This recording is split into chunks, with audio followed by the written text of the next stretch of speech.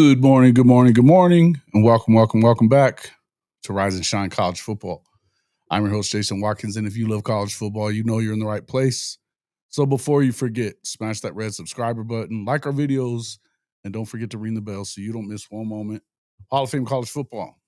Welcome into the show, everybody. Spaceman James. Welcome in, Spaceman James. True Okie, Goated. My Gun Sweetness. Sooners for Life just became a member. Welcome in and welcome to your membership, sir. Appreciate that a lot. Goated, Mike Gundy showed up the day after he got fired like nothing happened. What up, Benji? Good to see you. Whoa. Some weirdness going on with my lighting here. I don't know what that was about. Whatever. Cherry Bear. What up, my guy? What up? What up? What up? What up? What up?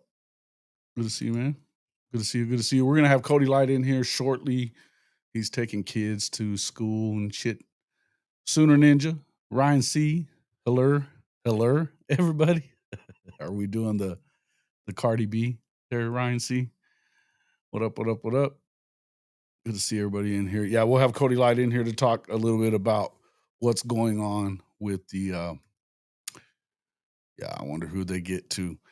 What's going on with the search? What's going on with listen, they've fired Todd Grantham, just the latest program to fire Todd Grantham.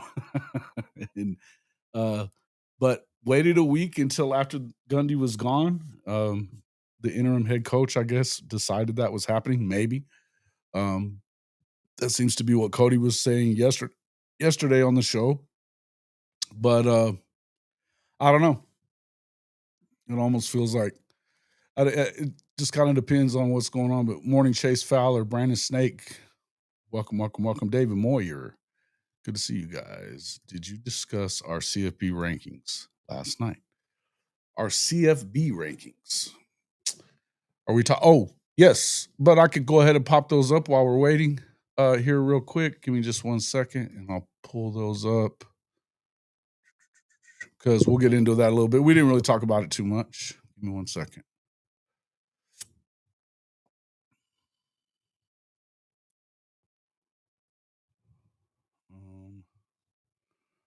Let me do it this way instead.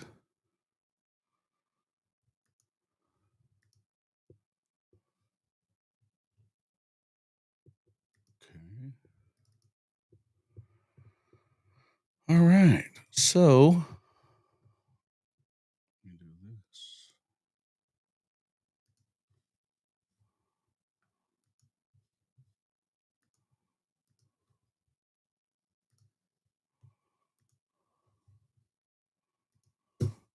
One second.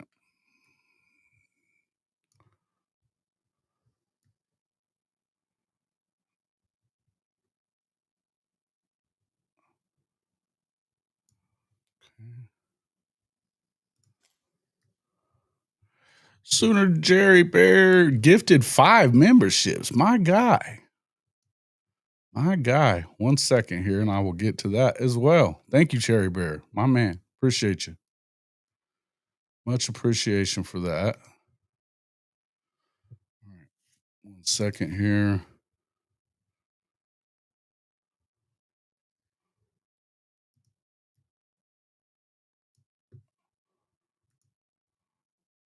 Let's take those off of there.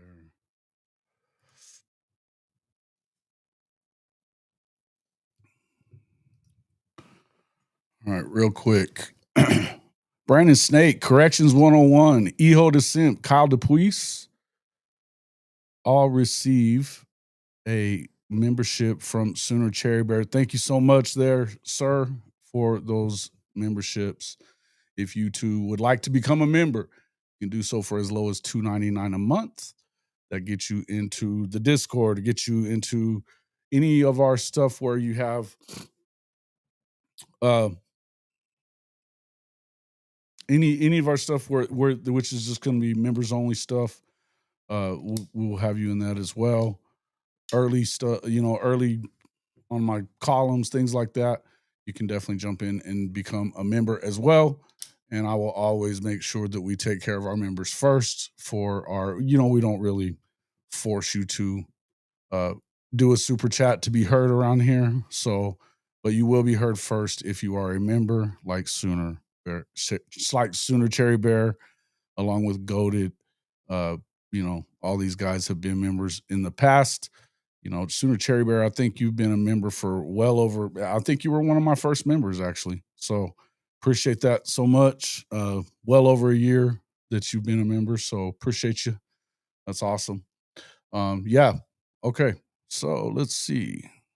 What up there, T Boomer? David Whitehead. Good to see you guys. Good to see you guys. As you can see here, we have our top 25 poll as voted on by the voters who have been invited and who accepted and did it.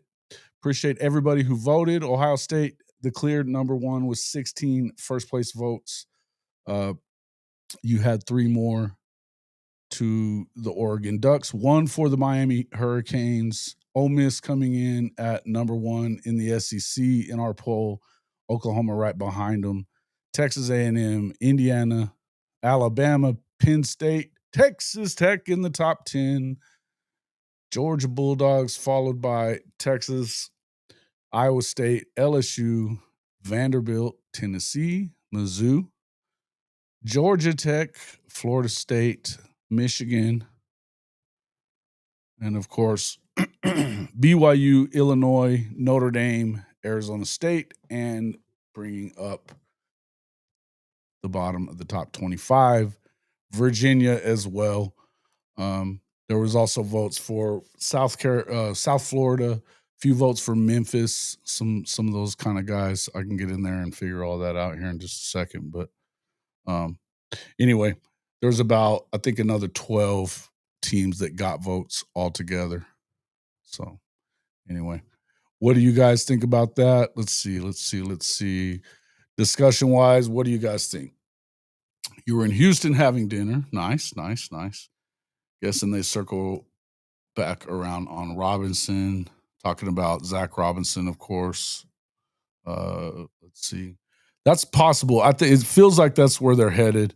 But there's some other names that I think, here's the thing about Zach Robinson is that he's never coached college. He's recruiting, doing any of that kind of stuff. So I don't know that it's as turnkey as everybody thinks it is, but we'll see. But give me your thoughts. What are your thoughts here about these next time you'll vote? Okay, Cherry Bear. Do I have your email? I'm not positive if I do. So make sure that you email me with it in case I don't. jw@hofmedia.us. Send me an email so that I have your email and I will send you a link next time. Who are the 16 that put TOSU at number 1 and what's the reasoning? Good question. I was one of them. I think they're the defending national champions. They are undefeated. Do I know for sure they're the best team in the country? I do not. But I think as the defending national champs, they handled Texas in the first game. They pretty much handled and going on the road and handling a team which I really like, Washington, and their coach, their staff and what they're doing. I think that's part of it for me. And just the other part is they hadn't lost a game in a while. You know what I mean? So they were the champs. They've got a lot of guys coming back. I think they have the best player in the country on both sides of the ball. With Smith obviously at receiver, and then Downs at safety. So I think they're still right there with it. Look, I could be talked right out of it, though. I honestly think that Oklahoma's right there with them. I have them at number 2. So, other people have them voted down lower. I know it's because John Mateer isn't in right now, whatever. We'll kind of wait and see kind of how everything turns out with Michael Hawkins. But I'm of the opinion that you're not losing hardly anything. Just aside from obviously, having the experience that John Mateer has in the offense and stuff. But I think that you've seen, and we've continued to hear how good Michael Hawkins is. and how he's progressed since this coaching staff has changed as far as on the offensive side of the ball. So I still think they're, with that being the number one, I think they're the number one defense in the country overall. They do everything well. So I, I could be talked into them being number one at the moment, but I'll wait and see until they have a big win. Like a big win over Texas next week would go a long ways. And getting into the meat of that SEC schedule, the longer they go undefeated, it would be more so. Ohio State really not playing anybody. They're not playing the toughest schedule in the world. They've got obviously Michigan at the end of the year. They'll play Penn State towards the end of the year as well. They're not playing Oregon this season during the regular season. So there could be a matchup there. It looks like probably at the end of the season, more than likely, but we'll see. We'll have to wait and see. So, yeah, I don't know. Yeah, send it. Okay, send it to me. Yeah, appreciate it. What's up there, Satterfield? Drew, Ryman Lemon. Until the defending champ loses, it doesn't matter how ugly their wins are. They're the champs. Yeah, and I don't know how ugly they've been. You know what I mean? I think that they're getting into, you've got a new quarterback there. Julian saying being a 5-star and everything, that's all well and good. But, one of the things that I would say about that is that offensively speaking, I think they're going to go through some growing pains a little bit as well, just like anybody else would, when you figure, even though you have, Smith and, their receiving core is fantastic. Obviously having a new play caller, first time ever calling plays, and a new quarterback, new offensive line. They're working through it. But the thing is, we know that Ohio State is either number one or number two in roster. Pretty much they have been like that for a good 5 years at least. Obviously right up there with Georgia as well and Alabama. But to me, I think that, they're reloading and they've got a damn good staff. And to me, the other part of it is you've got a guy in Matt Patricia on the defensive side that has been in his bag so far. They're certainly looking really good on that side of the football as well. So, yeah, they're the champs, man. They are the champs. Texas at 5, non-biased as always. Cool. Yeah, listen, man, and again, it's subjective, and this is why I want to do our own poll, because I want to get,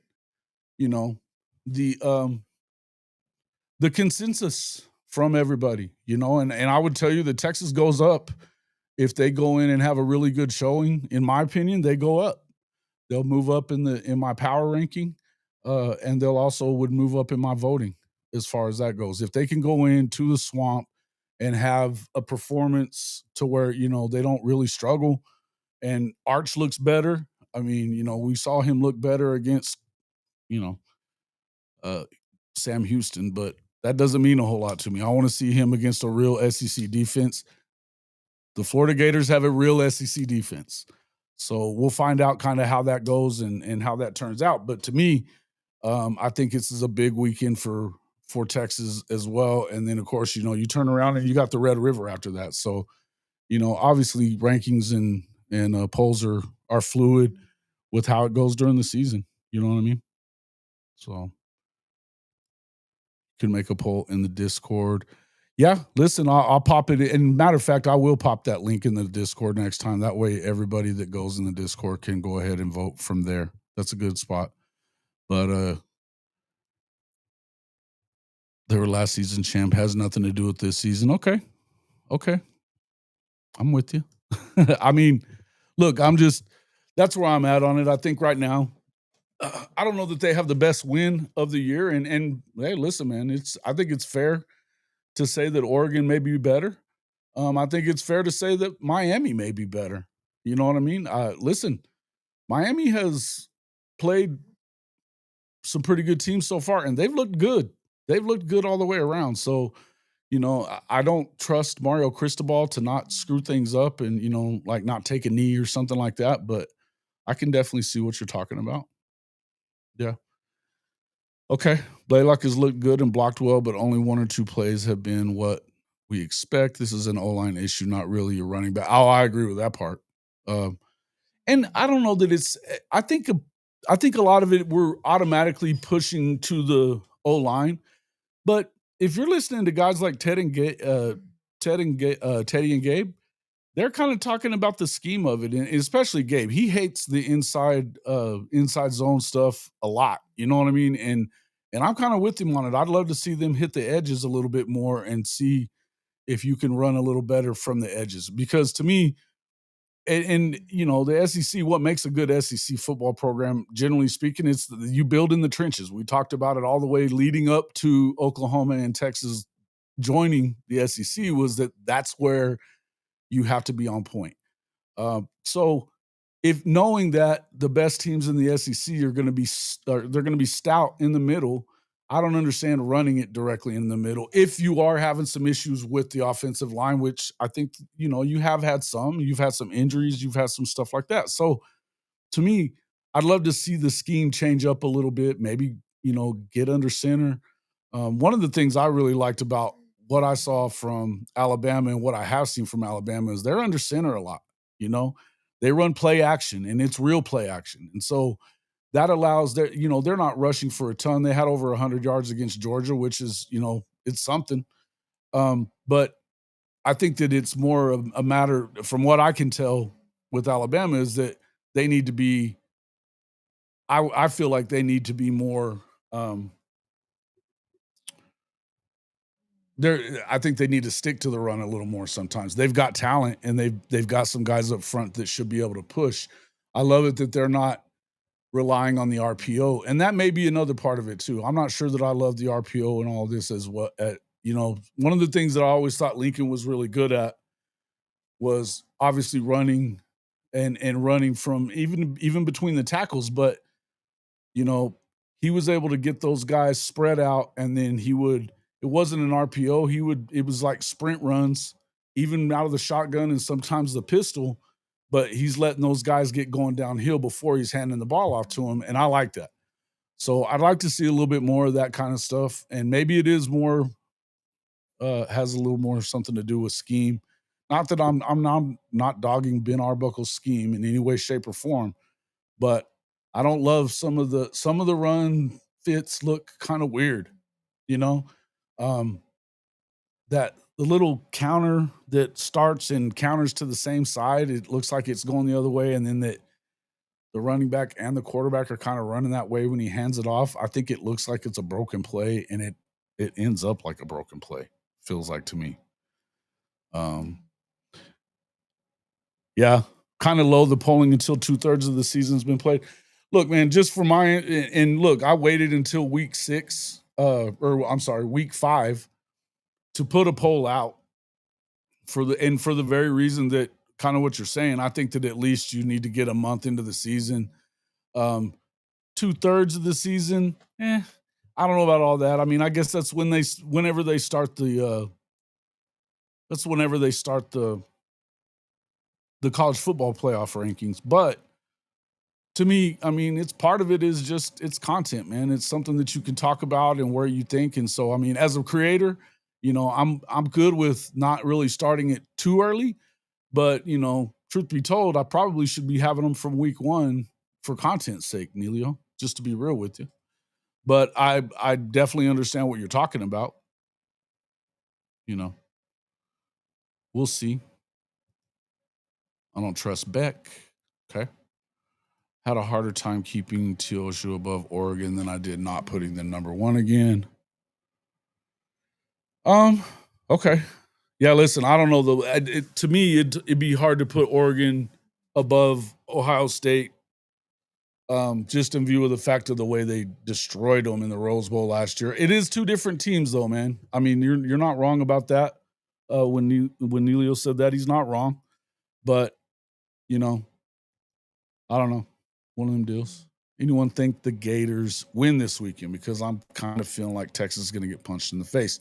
Well, I definitely think they're going to get punched in the face by the defense. I don't think they're going to go in there and easily win. I don't. Do I think that they win? Probably. I just don't see.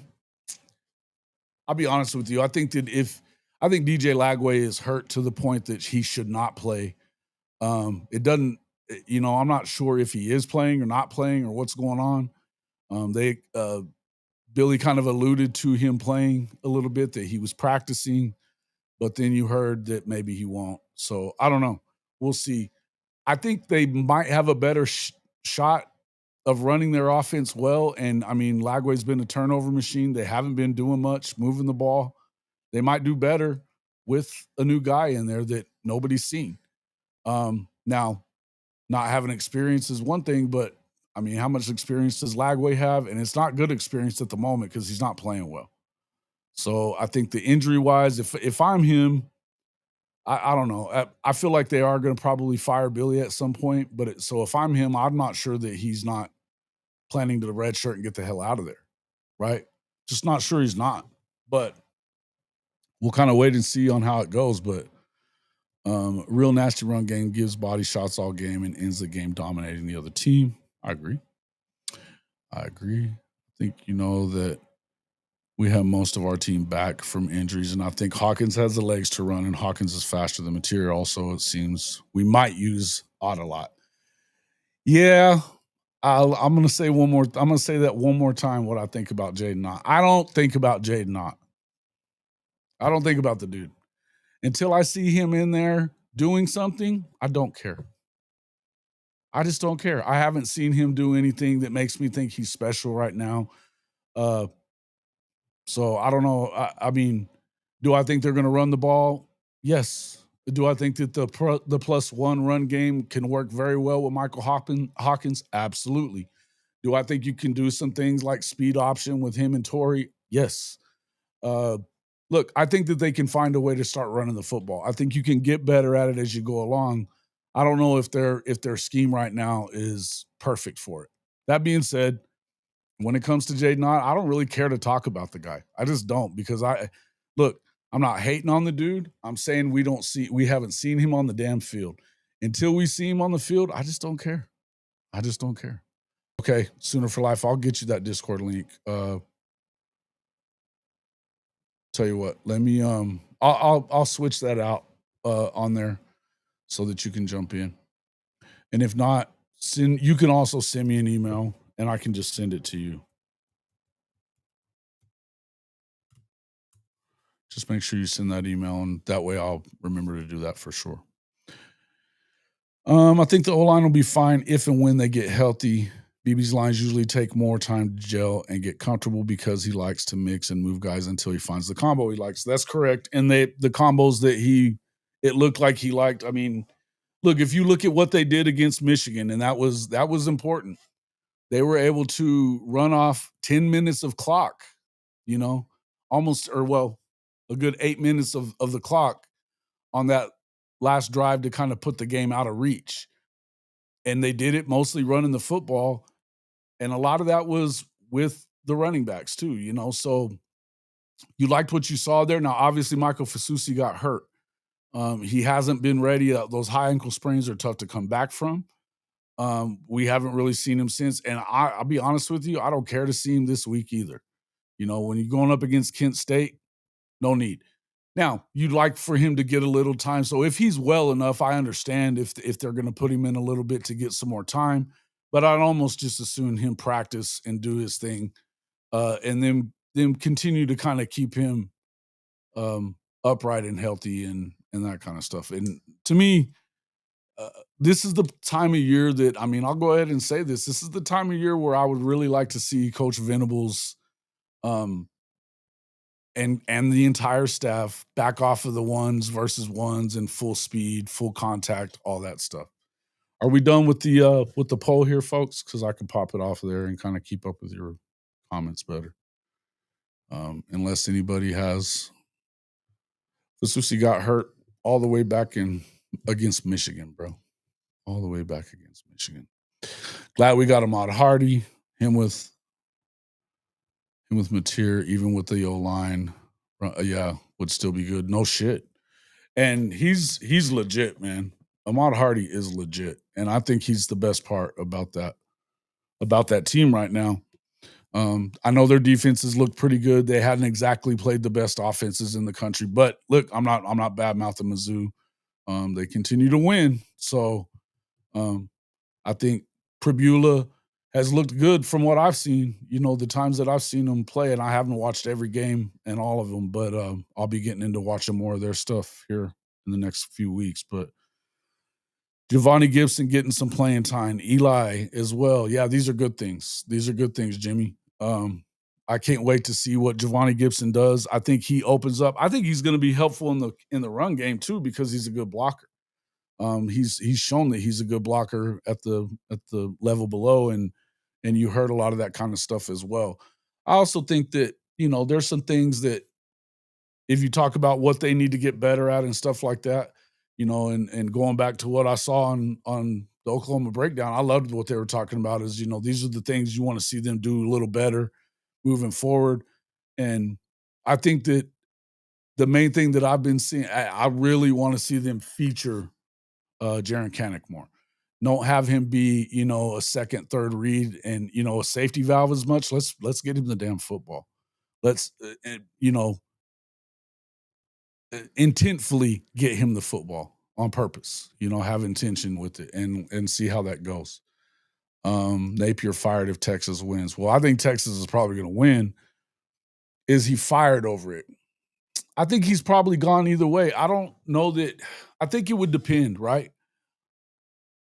I think a lot of it would depend. I think if they don't show to be any good at all, and he's being real stubborn. The only thing that I'm thinking is he's being really stubborn with the play calling and keeping it, and it just isn't going well. I don't know. Will Gibson put Burks back in the slot? That's a good question, Hank. Good question. Yeah. The thing about the deep balls, this is something that kind of goes back to the running game, though, Fatty, is that you've got guys in three high safety looks, that shell that they're not going to let anybody get behind them until you're making them kind of move up to stop the run a little bit. So I don't really think a whole lot of things are going to change about what they're doing. I don't think they're going to show anything new this weekend. I think they're going to save it for Texas next week. But I think that, I think that there's probably going to be some things that they need to do. And I think featuring Kanak, letting him run the ball a little bit, doing some things like that, that could help a little bit. But if you get into empty and start doing a lot of like those orbit screens, like what you see Sark do a lot of screen stuff out to the sides or even sprint outs for the running backs, things like that, that could pull them out of those high safety looks and stuff like that. But you're going to have to manufacture some kind of running game, whether it be with short passes or whatever. You're going to have to do some of that before you're going to pull them out of that three high look and, where you've got a bunch of deep guys back there just making sure you don't get behind them. That being said, some of these guys, it'd be good if they started making a miss because you hadn't seen a lot of that really from any of them. And Burks is one of those guys you expect him to make guys miss, and he just really hasn't. So I think if you could get a couple of guys to get some catches and get some yak yardage and score a touchdown by making dudes miss, that would be great, right? That would probably be good. That would probably be helpful. Jackson Johnson, what's up, my guy? Good to see you. Rob D77. Pribula, 26 for 28 last game, 21 completions in a row. Hey, man, that's pretty good. Don't care if it's against air, 21 to 21 is 21 for 21. You're not wrong. You're not wrong. I'm not hating on the dude. He looks pretty good. Deceptive speed. I don't even know how deceptive it is, man. He ran a 4.3. I mean, the dude's fast, period, in a story. Plus, he's a load to bring down, man. I'm telling you, I've never seen high school film from any kid anywhere that had as many 50-plus yard touchdown runs from anyone. Never. And, it's just the dude just breaks tackles and runs away from people. He has the ability to do it. We're waiting to see him get in the end zone, but there's a reason why he's been one of the leaders in the country from the tight end position all along. I do think that they need to feature him, though, get him the football and intentionally get him the football instead of him being a safety valve as much. I think you want to talk about something that helps a young quarterback, inexperienced quarterback, a good tight end that he can rely on. You know what I mean? And one thing we know about Kanak is that he's done a really good job of getting open. So get him the ball. Get him the football. Waiting for the counter on the pop-up pass. The defenses look to be attacking it pretty aggressive. Yeah. Yeah. Hey, man, as far as I was just saying it again last night, Fatty too was like, we start seeing the damn jet sweep, and I love the jet sweep, and I hate it. I hated it with Leb because it seemed like he would do it with the weirdest cats sometimes, and there was never a vertical. And I've still yet to see a vertical pass option come off of that thing. And we've run it, quite a bit. And I'm good with that. But I'd love to see them fake that handoff and throw it to a streaking Jaron Canick down the field or anybody, out of the slot or something like that. Just happen, hit a vertical threat off of it. It would be great. So 100% passer rating. Yeah. Yeah. Completion percentage. He does. He does. He's a hardcore runner, man. Pounds hard with those feet, really digs and goes. Man, the guy can play, man. And he seems so. I mean, it's wild to me that, they wanted to make him. I get it that BV wanted to make him into a linebacker, but he's so natural at this, you know? Not to say he hasn't put in the work because I know he has, but he's just so natural at what he's doing here that it's really cool to see it, man. It just really is. It just really is. So, yeah, man. Should be getting Cody Light in here anytime. My favorite player, OU. I'm a tight end guy. I love the position. I do too, man. I think it's when you have the right tight end, especially in college football, but even in the NFL. I mean, tight ends are. I mean, when you get and the way that that tight ends are these days. I mean, you start looking at some of the guys that are the best ones out there. Obviously, um, Kelsey, and then George Kittle, and guys like that, and of course, Mark Andrews has been fantastic throughout his career. He was unbelievable at Oklahoma as well. But you go back to like Jermaine Gresham was a bad dude, man, and he kind of had a short NFL career for what he could have been, and it just felt like with all those injuries and stuff. But tight end has definitely been an important position at Oklahoma. Their best offenses have been the ones that had unbelievable tight end play. You go all the way back to Keith Jackson. I mean, you want to talk about a weapon as much, triple option, or I mean, running the wishbone and everything that they were, there still wasn't probably a better player on the field than Keith Jackson was. So if Canada keeps putting up numbers, do you see him getting drafted? I think that he's gotten himself drafted already. I think that he's shown that he can be the kind of guy that, listen, in the NFL, they see guys like this that can be playmakers, and they want them. I think that if he continues putting up numbers like he is, he's working himself into the high area of the draft and out of like the fourth and fifth round. I think right now you're looking at him. He continues playing like he is.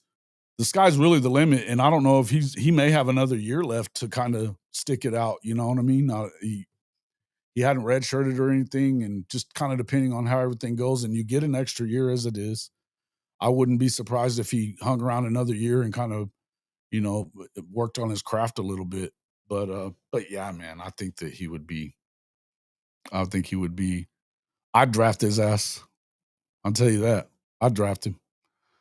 So he's almost making the same impact on the team. I think Hennick's time on defense helped his transition into the offense, helped him understand. Yes. Yeah. Oh, no doubt. I think that he's able to read what linebackers are doing, finding those soft spots in the zone, knowing where they're going to be. Absolutely. Absolutely. Yeah, no doubt. Cody did a great job when he was on Locked On Baylor podcast. He gets worked up from time to time, but he's good people. Yeah, he's good people, man. He definitely does get worked up from time to time. Jackson Johnson says, Mark Andrews is so awesome. I call him Prince Andrews. That weird, creepy dude in England is not the prince. He is that dude, man. I hadn't really ever thought of that, Jackson, but I got you. Shannon Sharp was one of my favorite tight ends. To me, he's still the best one. I still think he's the best one. Maybe Gronk. I was a big fan of Vernon Davis. I think he was fantastic, man. I think that, maybe he didn't have as many really good seasons, but there was a time there that he was easily one of the top 2 or 3 in the league too. So he was good. Who was the other guy that used to be? He was with the Titans after the Niners. He was really good too. That tight ends are different these days, right? And they're pumping them out like crazy. I mean, the guy from Penn State last year was fucking unbelievable. And then, of course, old boy from Georgia the year before that. I mean, look, I'll just tell you this: they love guys like that. So if Kanik becomes what it looks like he's becoming, there's no doubt. I mean, he could be a first round kind of guy. You know, Kellen Winslow Sr. Wow, that's going back, but he was a bad dude. Hell yeah. Junior was pretty good too. If it hadn't been for injuries, he might have been one of the really good ones too. Was it? I mean, yeah, I guess. I mean, but he wasn't getting any love here. He stayed in DeMarco's doghouse. So I get it. Let's get Hall of Fame college football to 10,000 subs. Hey, I'd love to just get to 5. And we're not too far away from that. Right now, I believe we're at, it was at 4,754 the other day. I'm not exactly sure. But man, it'd be awesome to bump that up, man. It really would. I'd love just to get to the 5,000 mark would be cool. We're still in the 4,750 area at the moment. So appreciate you. Anytime you can share the video, that'd be great. Share it with your friends if you love the show. I mean, that's the best way to help us out. I look at the analytics. We get a few shares a week, but not as many as I'd like. As many people as we have that are here all the time, share it, man. Share it around. Share clips of it, things like that. If you're on social media and doing that kind of stuff, man, clip parts that you think is good and enjoy or whatever, and let everybody know about us. We'd appreciate it. It'd be good. Just taking a big old Texas. What up, chicken? Crazy son of a bitch.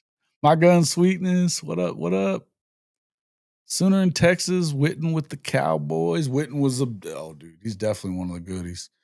And it sounds like his kid is I know he's a linebacker right now, but if he continues to grow a little bit, and he turns into the size that like his dad and his grandpa both were, he could end up being a tight end too. And he sounds to me like he's coming to OU no matter what.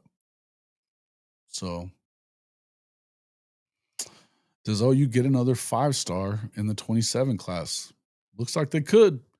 There's a lot of time left, man, before you get to that point. But I would tell you that I think that the 26 class is going to get better.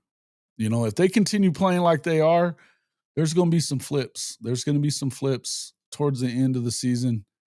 I would tell you that there is. And I keep hearing about one that could be huge for OU if it turns out if he plays the way they're wanting to see him play towards the end of the year. Does Hawkins have more rushing or passing against Kent State? I don't know. I think you're going to see a little bit of both. But I think, look, they should be able to run the ball against these guys, right?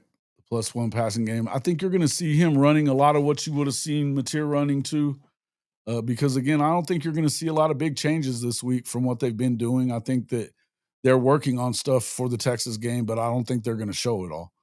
So whatever changes are going to be made probably next week. So do we see him run a lot? Probably about the same amount as we saw John Mateer running. I think that same situations when you get down inside the 20, inside the 10, you better expect him to be running that +1. I would. We know Suck will lose some recruits. Possible, yes. Possible because,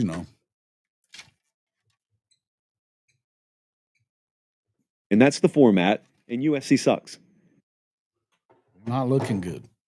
Now, to hear them tell it, it was just over, being sick and whatever, and playing early, all those excuses that constantly coming out of Lincoln Riley's suckhole. But it is what it is. Yeah, I think so too. I think a lot of things are going to change. I mean, this is why recruiting is what it is. You know what I mean? And um, you never have them until you have them. So, who's flipping anyway? Need us to beat Florida for that wide receiver to flip for you. Yeah. I don't think that requires you guys beating Florida. I think that it's already been going to happen. But we'll see.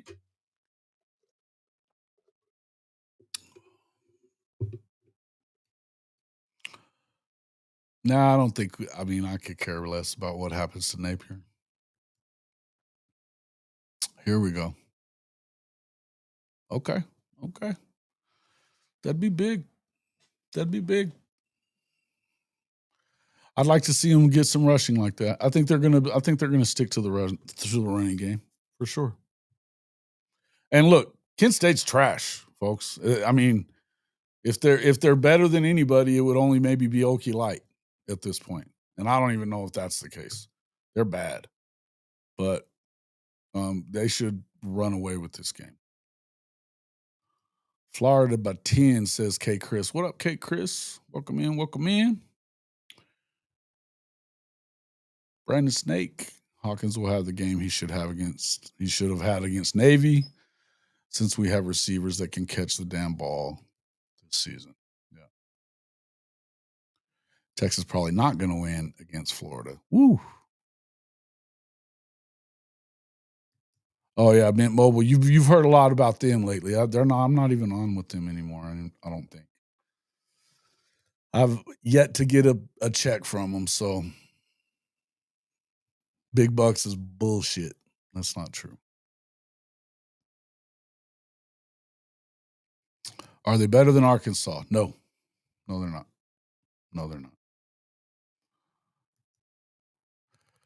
They're not good, man. They're not good. Quit lying to them.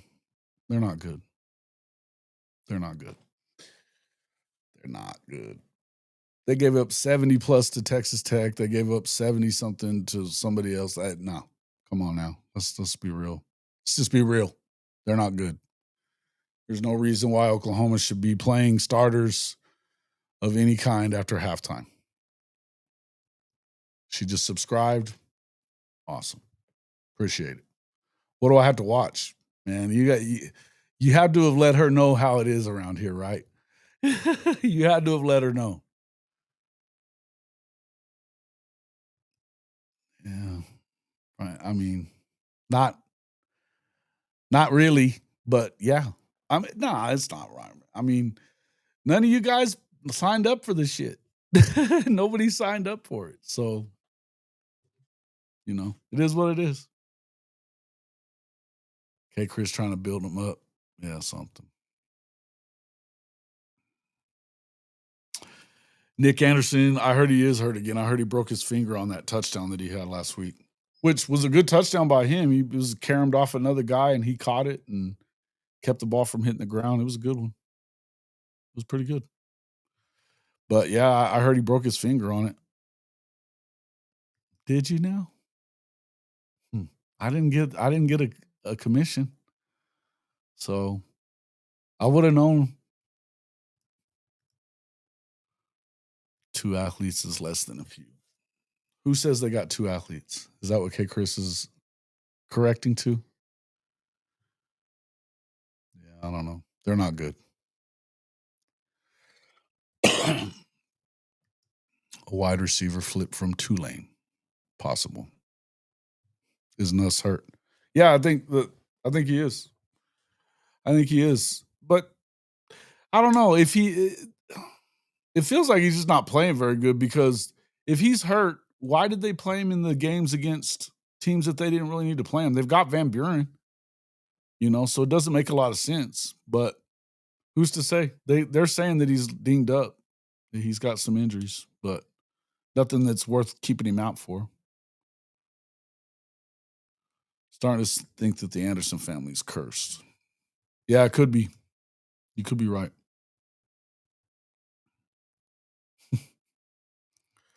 Yeah. Well, listen, I I keep thinking that they will flip it around because there's too much talent in the room, but they're not running the ball well either. And it's like, but they're not doing anything really well. It's just weird. And when they turned over Florida 5 times and they only got 21 points. I mean, damn. Little wild. Bingham, I'm not talking about Ott, dude. I'm just not bothering with it. I'm just not doing it.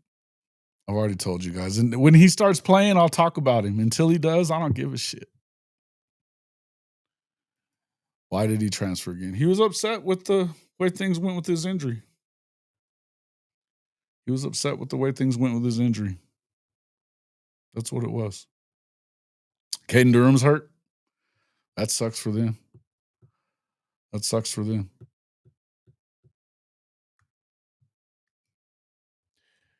I mean, personnel issues maybe with that OU medical team. It wasn't. Yeah, I don't know. Yeah, Monty, I think you might be right. LSU extremely overrated. Yeah, maybe they were. LSU is another team with O-line problems. They are. Gundy to Arkansas. Hey, super chat from K. Chris. Thank you, K. Chris. Gundy to Arkansas, no NIL whatsoever. His dream. Yeah, his nightmare too. I think that it's obvious they're gonna have to make a serious to get anybody worth the shit. If you're firing this guy and they're admitting that they didn't support him well enough, not even just with NIL, but with money for enough money to get good assistance. I think that it's clear that they know that they're going to have to make an investment in that, a serious investment in that, in order to get somebody worth the shit. I think you could, if it's me, I'm going after GJ Kinney. I'm going after Sumraw, one of those guys. I mean, these hot dudes, but you're going to have to you're going to have to do the right things. And I mean, there's no reason why they shouldn't. There's plenty of money at Arkansas. We know that. They paid all that money to get John Calipari. Shit. So, yeah, no ought talk. There's no reason to talk about him. Why would you? I mean, the dude hasn't done shit. Yeah, I don't know about all that, Drew. I don't think that has anything to do. I don't think DeMarco is in charge of the who's running and playing a bunch this year. I don't think he is. I think it comes down to what the coordinator wants, and I don't think he's wanted Jaden Ott in. Coleman leaves Auburn and Durham leaves LSU. Both might end up in Norman. That'd be kind of cool. I'd take Coleman all damn day. That's a number one receiver at the next level. All right, bud. Have a good one, Ryman. Bobby Petrino staying at Arkansas. I doubt that. They're already getting raked over the coals for making him the interim. Yeah. Okay. I could see that.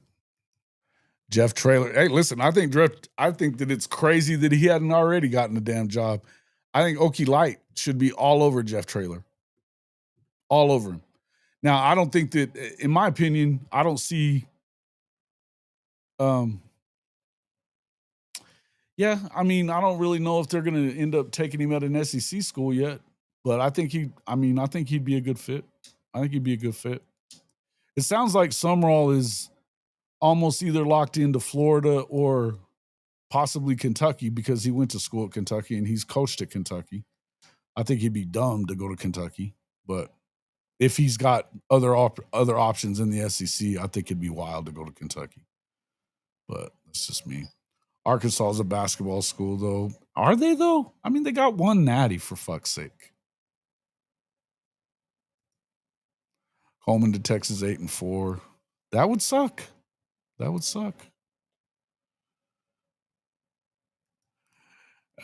Listen, I think, wouldn't you? I mean, he's not even getting targeted more than 3 or 4 times in a game. It's wild to me, man. I'm telling you, the Oklahoma game, they should have thrown that shit up until court proved that he could cover him, or that they got out of that shit of running man to man with him. It's wild to me. Yeah. Yeah. Yeah. I think he could go anywhere and be an offensive line coach and be happy to do it too, you know? I think it's tough for a guy like that, you know, that he really, I mean, and again, they didn't support him the way they said they didn't support him the way they needed to with coaching staff and money for the NIL. Well, get after it. But it gets to a point now when your fan base is over the dude. I mean, I heard the guys, and shout out to the dudes from the Woo Pig podcast, and they were saying, nah, he needs to go. This was before the Notre Dame game. And if he isn't gone after this year, we need to not be buying tickets because it's bullshit. So when you've lost the fan base like that, and everybody in their chat room, and they had 400 people in there that night, they were all saying the same shit. So when you've lost the fan base like that, you got to go ahead and cut ties. But they have to know that they're going to have to make real investments though moving forward. Yeah, Durham's from Oklahoma. Yeah.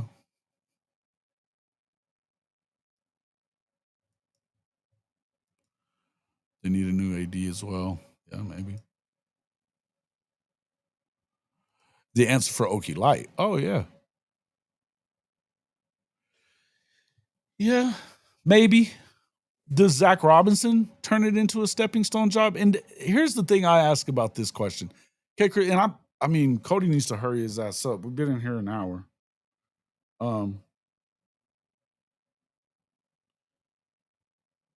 Is a stepping stone, is that really that bad?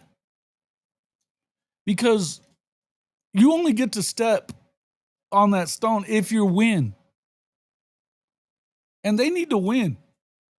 And you can build a culture of winning and bringing in good coaches that are going to continue winning just as easily as you can have a guy that's going to stay forever. And I don't know that Jeff Traylor would stay forever. I know he's turned down jobs from UTSA. I get that. But I wouldn't tell you that he's a stay forever guy either. You know what I mean? Oh, come on, bro. There ain't no fucking way.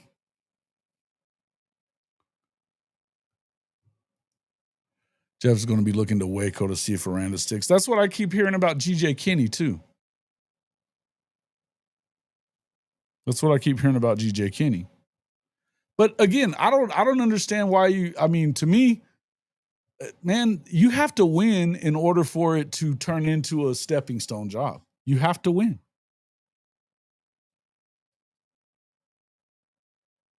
Yeah.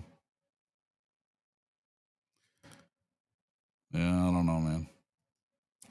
Continuity. Yeah, listen, pay the man, give him the guys that look, here's the thing.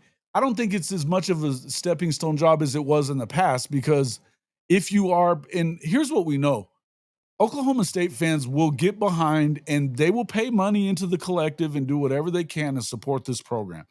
And the truth is, it's easier to get to the playoff out of the Big 12 than it is out of the SEC or anything like that. Especially if we're talking about Summerall. Okay, you're going to take that Kentucky job over what? Over if they offered it to him from Florida or Arkansas, it'd be insanity to do such a thing. And in fact, I think it'd be crazy to take Kentucky over Okie Light, because you got a better chance of winning in the Big 12 with the kind of coach that he is. You know, I don't know, man. And they will. I get it that you want to make sure that you have a guy that's going to stay, and you don't want to be changing coaches every few years. I understand that. But again, in order for that to work out, that means that you have to have a guy that's getting a lot of play because he's fucking winning. What did Neilio ask?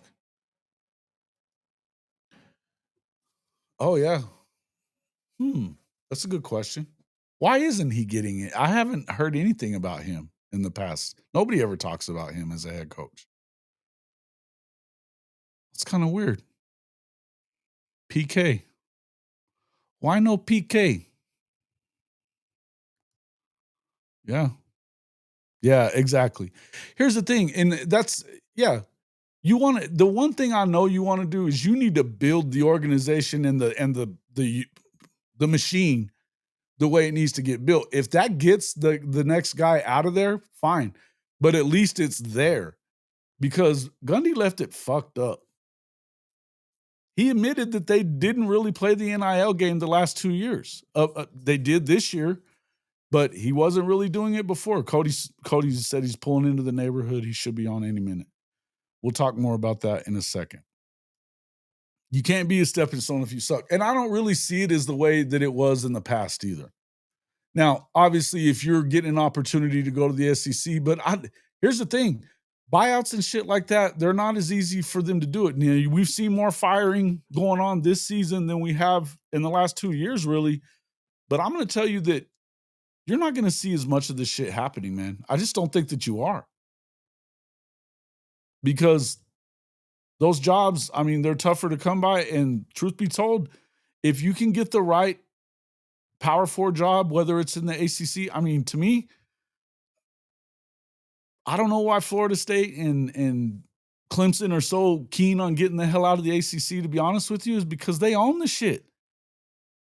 You can get to the playoff a lot more often than you can if you end up in the SEC or even the Big Ten. Maybe not the Big Ten, but just depends. Thought our OC coach would be in Manhattan for a while too. Then Jerry Jones got him to take over as a Cowboys O-line guy. It's made a definite difference. And I kind of wonder how much of that still had to do with that damn trip to Ireland, Neilio. I'm still there on that. Could Okie Light be an NIL powerhouse? Do you think the boosters would pump money in their NIL? I do. Look, there as much as I mean, we can sit here and talk shit about Okie Light all day long. What we know is that fan base supports that program. They support that program. And that's part of what the hell was wrong with Gundy. And, you know, at the end was that he was not acknowledging even that to that point. And when Pokes with a Purpose, I mean, Cody will talk about this in a minute, they were trying to really ramp up their NIL stuff 2-3 years ago, and he was balking at it. He didn't want to do it. They had already raised a bunch of money, and he was like, no, let's use it for facility stuff. Dude, facilities are not it. And like Okie Light has a facilities problem. They don't. Hell, their facilities are better than Oklahoma's. Almost top to bottom they are. And that's where he's at. I mean, he literally refused to get himself together and change the way things were. And they fell off of a fucking cliff because of it.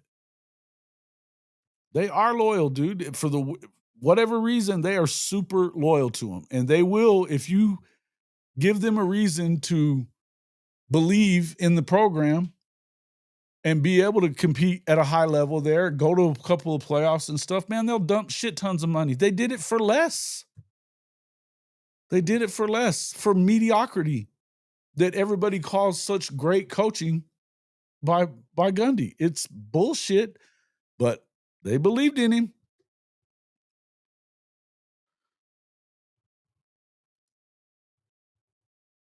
Yes, dude.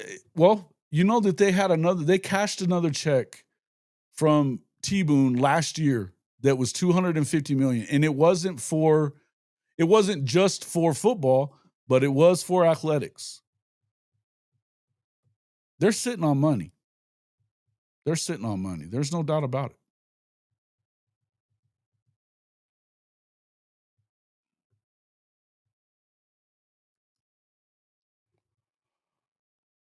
Yeah, no.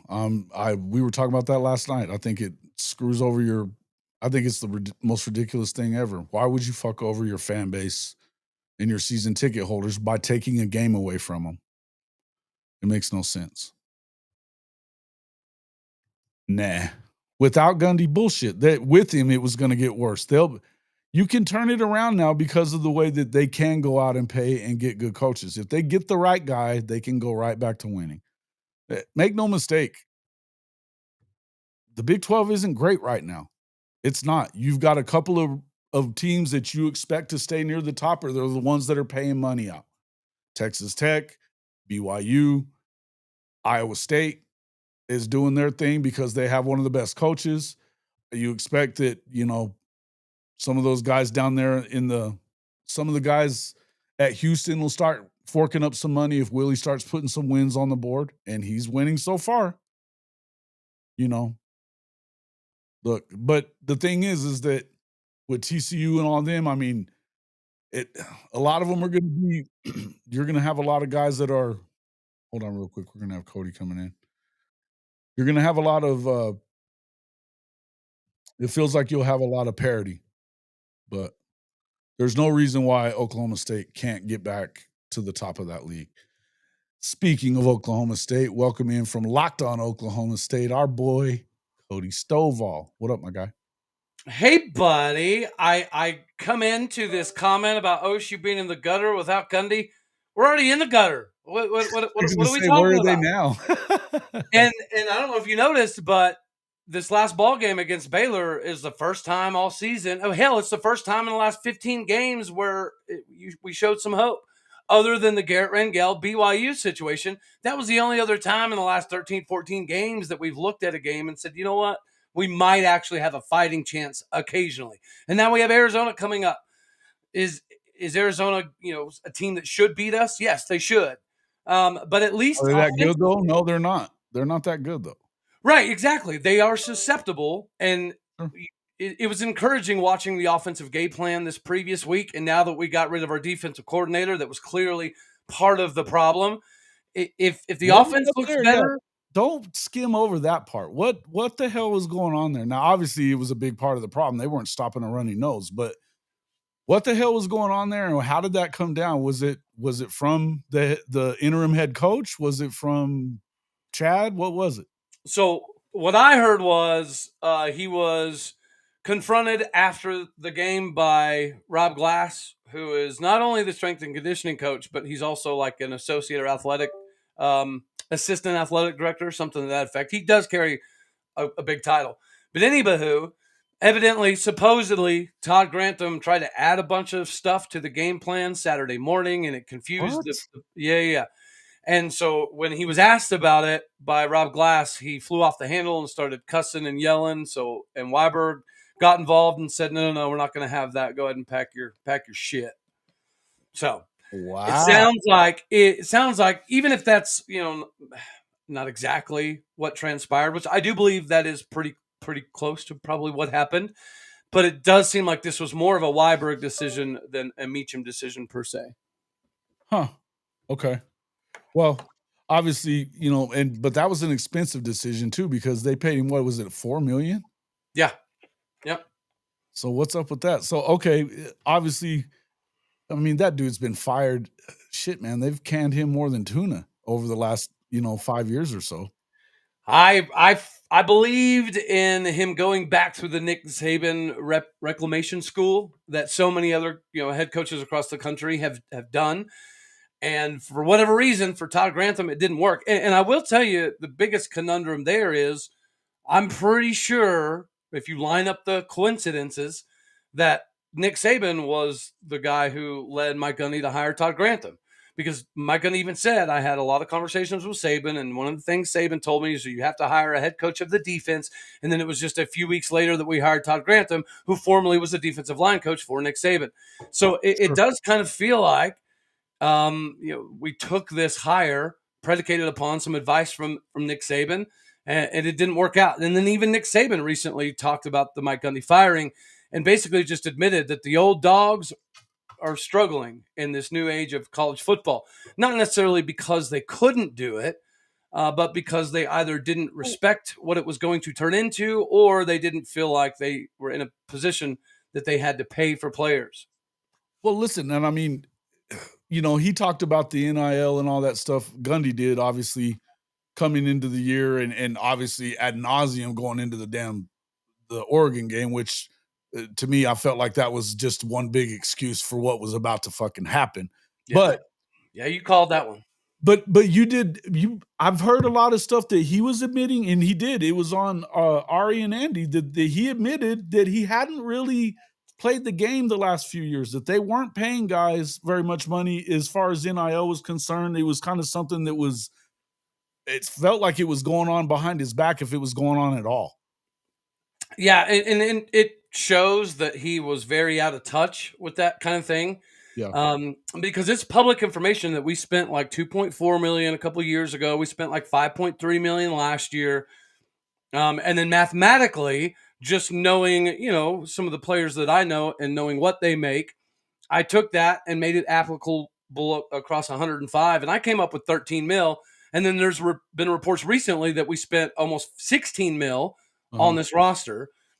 And now you're talking about the Mike Gundy buyout. You're talking about getting rid of Todd Grantham. We're obviously going to have to remove some other coaches. Greg Brown was a safety coach that just walked away as well. Paying these buyouts is obviously not an issue.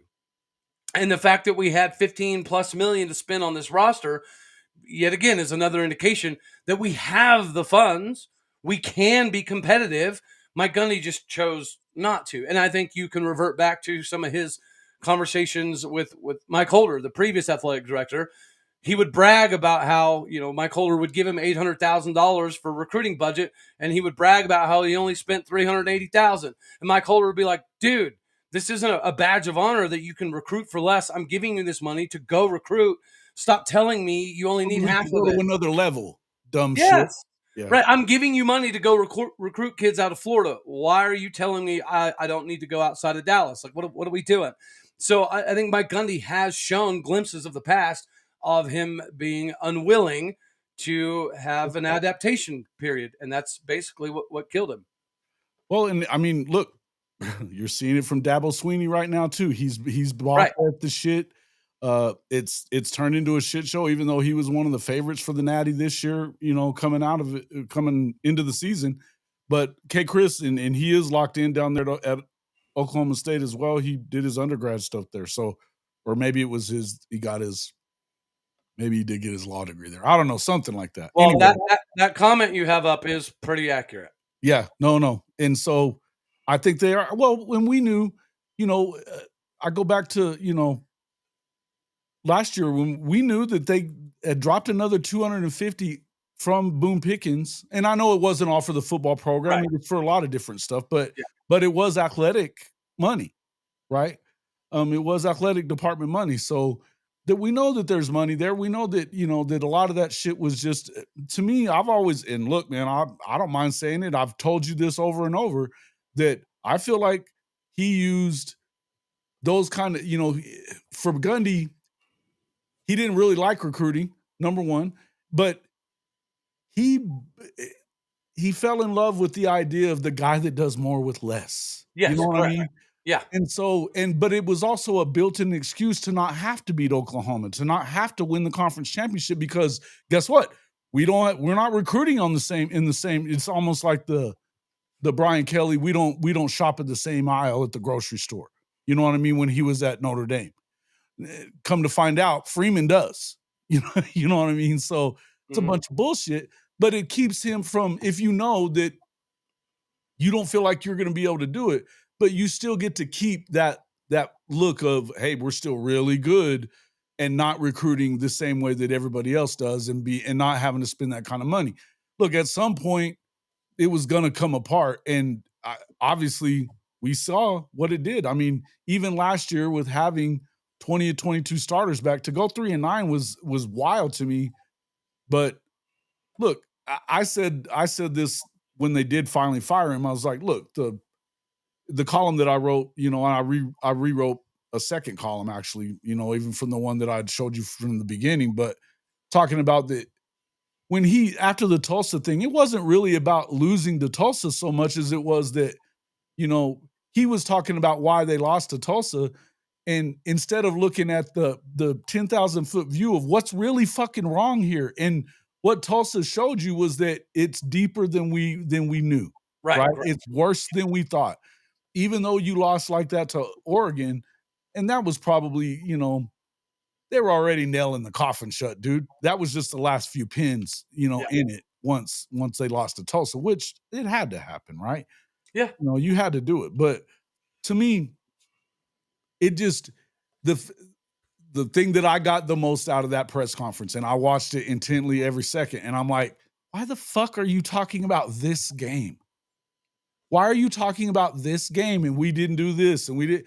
They're asking him, you know, macro questions, and he's going back to micro. And it's like, bro, what are you doing? You know, and he just refused to really talk about it. And it was like, okay, he's that delusional to think that he still has this thing under control and he's going to be able to keep this job. To me, it was they had to make that choice, man. And it sounds like they really weren't going to until his Monday press conference when he was doing the same shit. Yeah, I mean, there's still obviously a little bit of speculation on how much he did know per se coming into that press conference, but it does seem very evident that he was supposed to say something in that press conference that he chose not to, which forced Chad Weiberg's hand. So I would imagine during that press conference, as soon as he said, "Oh, I plan on being back this year and for 3 more years," um, Chad Weiberg was like, "You son of a biscuit eating shit! Now I have no choice." Yeah. Right? So Yep. Mike Gundy was likely supposed to address maybe retiring at the end of the season or maybe making a statement in regards to what Oklahoma State had to do for him to keep his job. And he decided to go the other way He and was make not willing everybody to, look bad. right. He was not willing to, well, just like that, he wasn't gonna say, yeah, I'm gonna retire at the end of the year. He wasn't gonna say that shit. I mean, I think he was gonna make them fire him and pay that fucking payout, that the entire thing. It does seem as though they tried to give him a somewhat graceful way out, and he said, "No, I'm not doing that. Yeah. I'm going to make you fire me. I'm going to make you publicly look like the bad person in this whole equation." But as you mentioned, It's very Mike Gundy of him. You know what I right? mean? Very Mike Gundy. Unfortunately, yeah, the petty version of Mike Gundy Sure. popped his head back up once again on his way out the door, which is kind of unfortunate because I do think that it does diminish his legacy at least a little bit, right? You cannot be For the moment it does, but here's the truth, man. I mean, he's got more wins than anybody by 100, yeah. right? I mean, it's not really close. So, I mean, legacy-wise, but I said it in my column, it was like he went from architect to arsonist in a few short years. You know? Yeah, I think I mean you had this conversation. I mean, we may have even had it on air, but the biggest wake up moment for me in the beginning of this was the Big 12 title game when we played Texas. Like it was very visible within 15 seconds of the opening kickoff that their kickoff dudes were stronger and faster than our starting lineup. And I think you could have seen then that we were not athletically at the same level as some of the top teams in the country, but we weren't in the beginning of Mike Gundy's tenure either. And that's the biggest debacle of all of this. From 05 to 2011, we weren't better, faster, stronger than most of the teams that we played, but we schematically found ways to manipulate the ball down the field and put defenses in stressful scenarios. Good quarterback play, good receivers, that kind of Yes, stuff. Yeah, we schematically found ways to be better than our talent. sure. The last few years, we've done the exact opposite, right? We've I agree given with up that. Your on quarterback play acquisition since talent. Spencer left has been putrid. Yes, correct. And you know what? You got to give a little bit of a shout out to some degree to Spencer Sanders because I do think that some Oklahoma State fans are now starting to finally admit that there was signs. You remember how massacred I got for disclosing some of the locker room stuff with Spencer Sanders and Casey Dunn and how Mike Gundy was never there at practice, so he didn't know what was really happening and all that stuff. So yeah, there were signs, Sure. and but you got to be willing to see them, right? You got to be willing to see them, and I understood. And it took the loss to Tulsa doing that. I understood the fan base sticking by him like that. What I didn't understand was the people that were in the know that knew that that was correct that were coming at you that way because knowing that he was doing that shit and it was hurting him, it seemed like to me that it would have been like, look, now everybody knows we need to fix this, Mike, and he's not really willing to do it. Logan Licky, thank you very much for upgrading your membership. Appreciate that a lot. You know, again, as I told you guys, you can become a member for as low as $2.99 a month. I appreciate that a lot, though, man. Thanks for becoming a member and upgrading now your membership as well.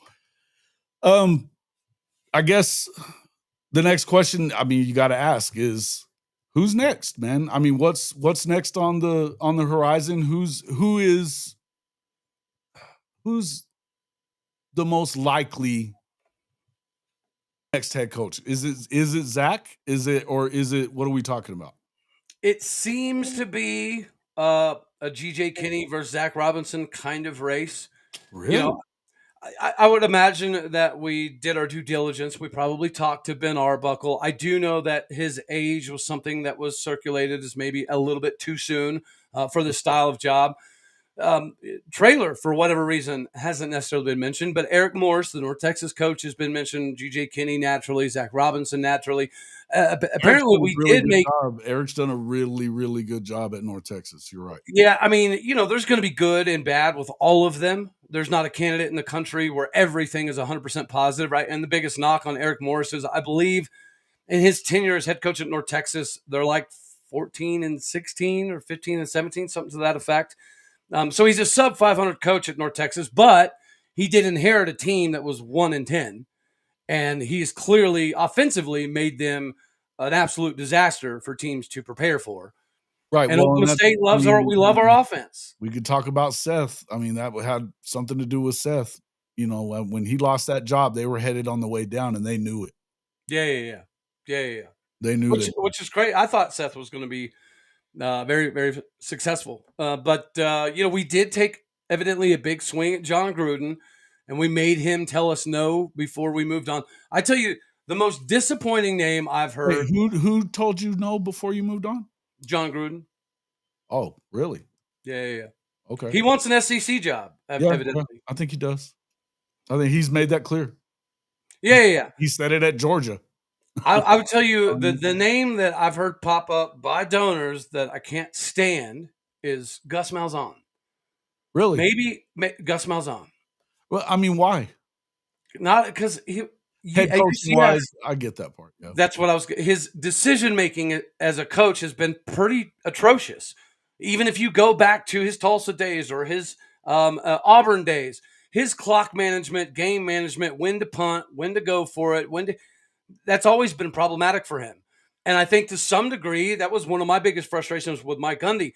I think I can equate at least 4 Bedlam losses to him randomly deciding to punt on our own 34-yard line. Or you know what I mean? Or not going for it on a 4th and 1 with 1:30 left when you're down by 7. Like, what are you doing? Yeah. I think Gus Malzahn has a lot of the same tendencies. It's what bit him at UCF. He can coach. He can recruit. He has a remarkable offense. He comes from a good offensive lineage. But being the guy that manages everything, to me, has been visibly problematic most of his career. If he's going to get a job again as a head coach, it would probably be at Arkansas because of him coming from Arkansas and being like the all-time winningest high school coach in the history of the state and everything that he's done. He was a good coordinator there as well when they were good. You know, if you're going off of the petty Mike Gundy model, you know he's making a sales pitch to Arkansas just because we play them in a couple of years. Yeah, I don't see it, man. I don't see it. I think Arkansas would. I think he hurt himself with, I mean, his admission that he wasn't playing the game for the last 2 years before this year in NIL. It would disqualify it. It would disqualify me if I'm any Power 4 coach or Power 4 AD looking for a coach. He's disqualified automatically for what he's done. I don't disagree. But you know that Mike Gundy does at least have a sales pitch to Arkansas, and he can say, listen, I screwed the pooch for the last 3 years, but now that I've been fired, I've learned my lesson. I'm going to embrace NIL more. I'm going to embrace recruiting more. I'm going to work more than I ever have, and blah, blah, blah. So I think Mike Gundy's definitely going to get another job. It's going to be a Power 4 job. And evidently he's taking Cale Gundy with him. That's according to Cale. Yeah. I don't think it's a Power 4 job that he gets. I think he could get another job. I think he has to go back to the G5, though, in order to and then move up. I really do. I think that just because of the fact of what I said, I think that the fact that he hasn't played the game, he hasn't shown that he's willing to. I don't see it, man, because That's we've the thing seen is what like, even though, like I said, architect, arsonist, he burned the motherfucker down because he was unwilling to adapt. And what makes you think he's still not unwilling? it's like you're trying to convince me. You're not convincing me of nothing. I'm just saying that he's going to have a viable argument, and people outside of the Big 12, people outside of the state of Oklahoma, they view Mike Gundy as the greatest thing of all time in Stillwater. And fan bases outside of the Big 12 are saying that Oklahoma State's stupid and how dare you get rid of a legend this way, and they're going to turn into nothing but Nebraska because this is a Bo Pelini situation emerging. You're hearing that nationally. Outside of the Big 12, and OU fans who are obviously very familiar with Mike Gundy in the Big 12 and being in the state of Oklahoma, you guys have seen the writing on the wall for a few years. I think some Oklahoma State fans have also seen the writing. But outside of that, people nationally still view Mike Gundy as one of the best coaches in the last 30 years. So he's going to get another opportunity just because of his name and his record and his NFL acumen. But if he does, to me, I liken it to Kendall Daniels, right? Well, I said in the very beginning, if Kendall Daniels found a love for the game again, he was going to be an NFL dude. He showed NFL level stuff in Stillwater. Just this last season, it was visible that he wasn't bought in anymore. And now that you see everything that's transpired around him, it's hard to blame him for not being bought in. Sure. But at the same point in time, I view that to some staff degree as wasn't Mike bought Gundy. in. The staff wasn't bought in either. Kendall Daniels has bought into the OU system. He's Yeah. bought into what they're asking him to do. He's clearly out there having fun again. And that's why you're seeing the guy is a fucking animal. Whew. Gundy likely is probably looking at it the same way. Is it going to be successful? Who knows? I doubt it. But Mike Gundy is definitely somebody who likes to view himself as the upper echelon in the country. So Mike Gundy is going to be after an Arkansas kind of job, in my opinion. And I think he'll get it. Maybe not Arkansas, but he'll get that level of job just because nationally people don't know what was happening in the locker rooms, and they don't know what was happening in the last 3 years with Casey Dunn and Mike Gundy and even the Spencer Sanders fiasco and what transpired with Garrett Rangel. And, it'll be fun to see, but I think that there are some people nationally who definitely want Mike Gundy as their next head coach. McDonald's Sims Sports says, ain't no way we talk to Gruden. You won't hear anything concrete out of this search, which is why Weiberg said it will be a high standarded search. There won't be any leaks either. I don't know who this McDonald's Sims Sports guy is, but who the fuck do you think you're kidding, bud? I'm confused. Well, maybe I don't know nothing. That's a possibility. But from what I've gathered, just talking to donors, you know more than this guy apparently does, because that was Chad Weiberg was very high on the idea of John Gruden with Zach Robinson as the OC. Be high on the idea of a guy like John Gruden who's won a Super Bowl, who, yes, he's rough on people, but they all love him. All of his players love him. Well, and here's another thing, and I talked about this on the show. Him supposedly being a racist came out. His team was pissed off, the black guys included, that he got fired. Mm-hmm. Yeah, because they said they knew they had a playoff team that particular season, and they'd had success. Here's another thing I'll say to that particular individual. There's a reason that the Vegas odds first came out with John Gruden as the number 2 candidate, and Vegas odds, they change all the time. Sure, but you've been covering this long enough. Evidently they're right an awful lot of times. Yes, they know some stuff, right? There's people in Vegas that get paid millions of dollars to just have sources. So whether that's John Gruden's sources or Oklahoma State sources, there's no way in God's purple earth that John Gruden's going to be plus 400. He's got a show now. He's got a very popular show on Barstool. He never has to lose another game on his record, and he's made it very clear every show just about that he wants to be a coach again. Yeah. And he doesn't care whether it's pro football or college. He wants to be an SEC coach. He wants to. it's bullshit that you would even say something like that. It tells me that guy knows jack shit about what he's talking about. I think, just I don't know. People generally don't believe that Oklahoma State has enough money to pursue a Gruden, and that's just opinions, and I get it. Well, But whatever. again, financially, everything I've been told and everything that you're seeing right now validates that money's not a major obstacle in Stillwater. That 15 to 16 mil, that puts us right around upper mid range for Big 12 NIL spending. And then again, the buyout wasn't a problem. Paying off Grantham's not a problem. Paying off Greg Brown's not a problem. Paying off, we're very well aware we're likely going to have to pay 3 years worth of 15 coaches. And it's already been something that we've predetermined as a necessity. So it's not being factored into the coaching search for the most part either, right? You look at Texas State just gave GJ a raise. Does Oklahoma State give a hoot? No, we do not, because financially we can be competitive and we can go get a John Gruden. I don't like the fact that we're interested in Gus Malzahn, but I think it does validate that financially we have more capabilities than Mike Gundy pretended. Oh.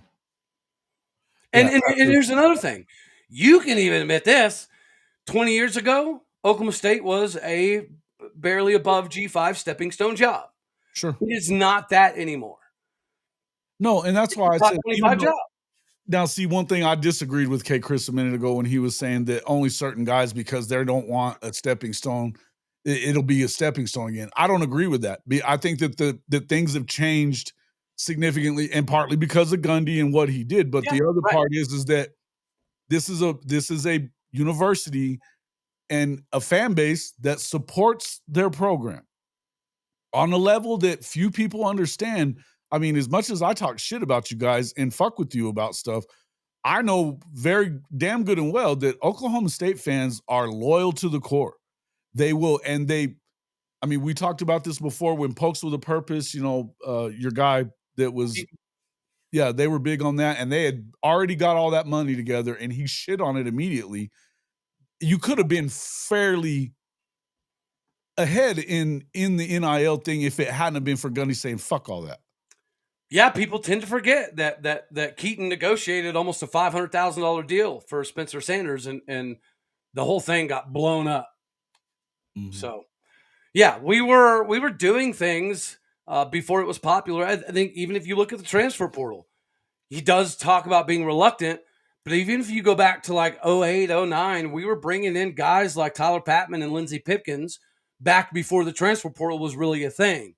So he's been able to have a visionary style of approach, but his ego seems to always draw him back to what he wants to do. Mm-hmm. And again, like when he said, well, we haven't really participated. Yeah, but we had the ability to, because we had an NIL deal with Spencer through Eskimo Joe's for almost $480,000. So we clearly had the ability even back then to do it. And we were already good at the transfer portal business. We just didn't choose to capitalize on any of it. Sure. Yeah. And, there's going to be different schools of thought. There's some Oklahoma State fans that don't want Zach. There's some Oklahoma State fans that don't want G.J. Kinney. There's going to be some that don't want Eric Morris. But at the end of the day, I do have to appreciate that likely the administration understands that, as Mike Gundy mentioned, football is the front porch to your university. Right? So if football's good, it gives you enough monetary capabilities to pump into other sports, and that gives you a visible national marketplace to get more student enrollment, which means everybody makes more money. So I think the administration recognizes that the first hire after replacing a legend is probably the biggest hire of all time. Like you can't do what Oklahoma State has done traditionally, which is go get the D3, D2 guy, right? Right. That's what we've typically had to do, is we had to go get a guy from Shippensburg State and mold him into what we wanted. I don't think that that's the case anymore, and that's precisely why you're seeing some of the names come out that have mutual interest in Oklahoma State. Is it going to be an offensive guy? Yeah. I mean, you just got to think of geographically, regionally. The SEC is great because you guys get all the meat and taters up front on both the offensive and the defensive side of the ball. no matter how good the Big 12 does, or even the ACC for that matter, that's not going to change a whole lot overnight. So the best way for Oklahoma State, in my opinion, to be competitive is to continue to do what Mike Gundy did so well at the beginning, is get the 2-star, 3-star Justin Blackmons and Brandon Whedons. Because if you certainly guys that fly schematically, under the radar, we know that for sure. It's not like they're, you can go find guys that are definitely underrated and shit like that, and get them to come in there because you have the right money. Now, right. keeping them is the other part. I think what I'm saying is, like, we're always going to be able to get skill guys. We can get wide receivers and running backs from any school in the country, but getting O linemen and D linemen, it's a little bit more difficult. So to me, we have to still revolve around the fact that we can go get the wide receivers and the running backs that we want. And that should be able to bridge the gap before having successful defenses. Would it be nice to have a defensive-oriented team? Absolutely. But you and I both know the bread and butter for Oklahoma State is always and forever going to be access to running backs and wide receivers. So I feel like that's probably how we should set the foundation moving forward. And if we happen to get a great DC, What about a Jim Knowles though? Would they if Jim Knowles acted, showed some interest in taking the position, would they hire him? I think they would. I don't know necessarily that it would be like a top preference. Wow. There was seemingly some reluctancy. I've talked about it before, but I can't remember if it was his wife refused to move to Stillwater when he was here, or if she physically couldn't. Well, now he's got a new lady, though. He's got a new lady, and she's from here. Oh, I did not know that. Yeah. That was the we felt like he was going to take the DC job because of this new chick, and her son plays. I think he plays basketball at NEO. I think. Oh wow. Okay. So I mean, if that's the case, yeah, sure. State, but it didn't work out. So I think it's been discussed that Jim Knowles seems to be one of those guys who doesn't necessarily want to be a head coach because he's had opportunity. Yeah. And he's chosen. He didn't take the right jobs and win. He was pretty good, but he wasn't good enough to it wasn't going to get him the next step up job. And yeah, he was. And I think age is a little bit of a component here. Absolutely. Because do we want a coach that's going to leave in 4 years? No, we don't. Do we want a coach that's going to have to retire in 4 years? No, not necessarily. Now that's not going to be the barometer that distinguishes whether we're going to make a move or not. But I do believe that age is a little bit of a factor. I mean, heck, it's impossible to not look and see what Kenny Dillingham's done at Arizona State, Dan Lanning's doing at Oregon. Obviously, I think even when you look at Joe McGuire, he's on the lower end of the age scale that's used to the recruiting, is used to the NIL. So I think that we're kind of trying to follow that model. No Matt Wells, huh? Why are you hating on Matt Wells now? I'm not. He's an Okie. I like Matt Wells. I thought he was done a little bit dirty by Tech. I think he was done way dirty by Tech.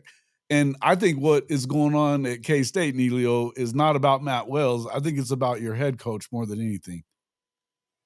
I don't think we have any right with Kleiman and Matt Wells. I tell you one thing that's interesting would be, and it depends on how open he would be, but if we could get Sam Pittman on staff as a line coach, he is a phenomenal recruiter. Fuck yeah, you would do that.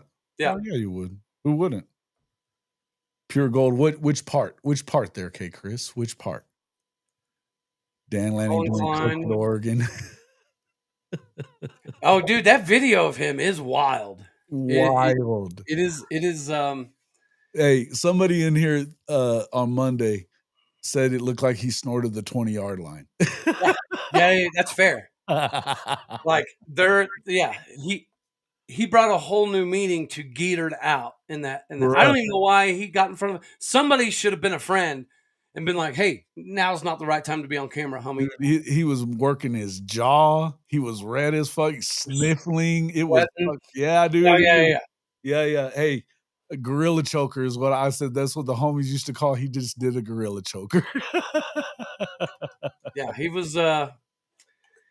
If I don't know, I don't know how to speak on it. I mean, because it looked very visible that whatever was going on was not. Whatever was going on wasn't just an extra Red Bull or two. You make Saban say no. Yeah. Saban seems very, very, very invested in rebuilding West Virginia. And yeah, kudos to him for it. I need to get Fitz on the show and ask him about Wells. Okay, I will. Happy to do it. Always happy to have Fitz on anytime. Heck yeah. Anytime. Lanning took the whiteout serious. He did. He did.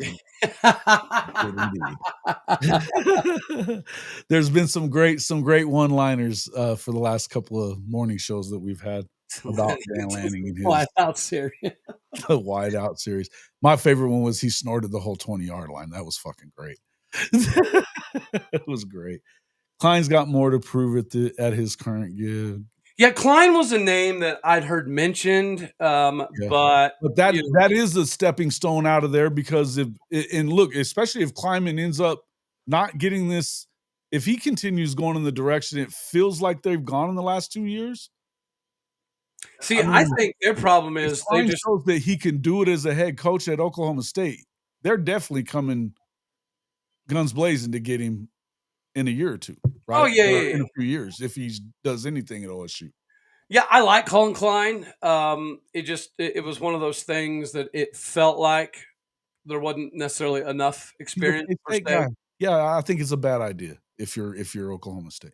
Because I mean, the next guy is going to have a pretty big task. There's no debating that. So not only do you need somebody that has the connectivity to acquire a staff, but has the ability to get in with the recruits and understand the NIL language. But on top of that, you have to have somebody that is capable of running an entire operation. GJ Kinney's done it. Jeff Traylor's done it, obviously to a smaller degree. Why is Jeff Traylor one of the names that you're hearing more about then? I don't know if it's him not being interested or us not being interested or it's just a mutual thing. But ironically, yeah, he's not a name that I've even heard mentioned by a single donor.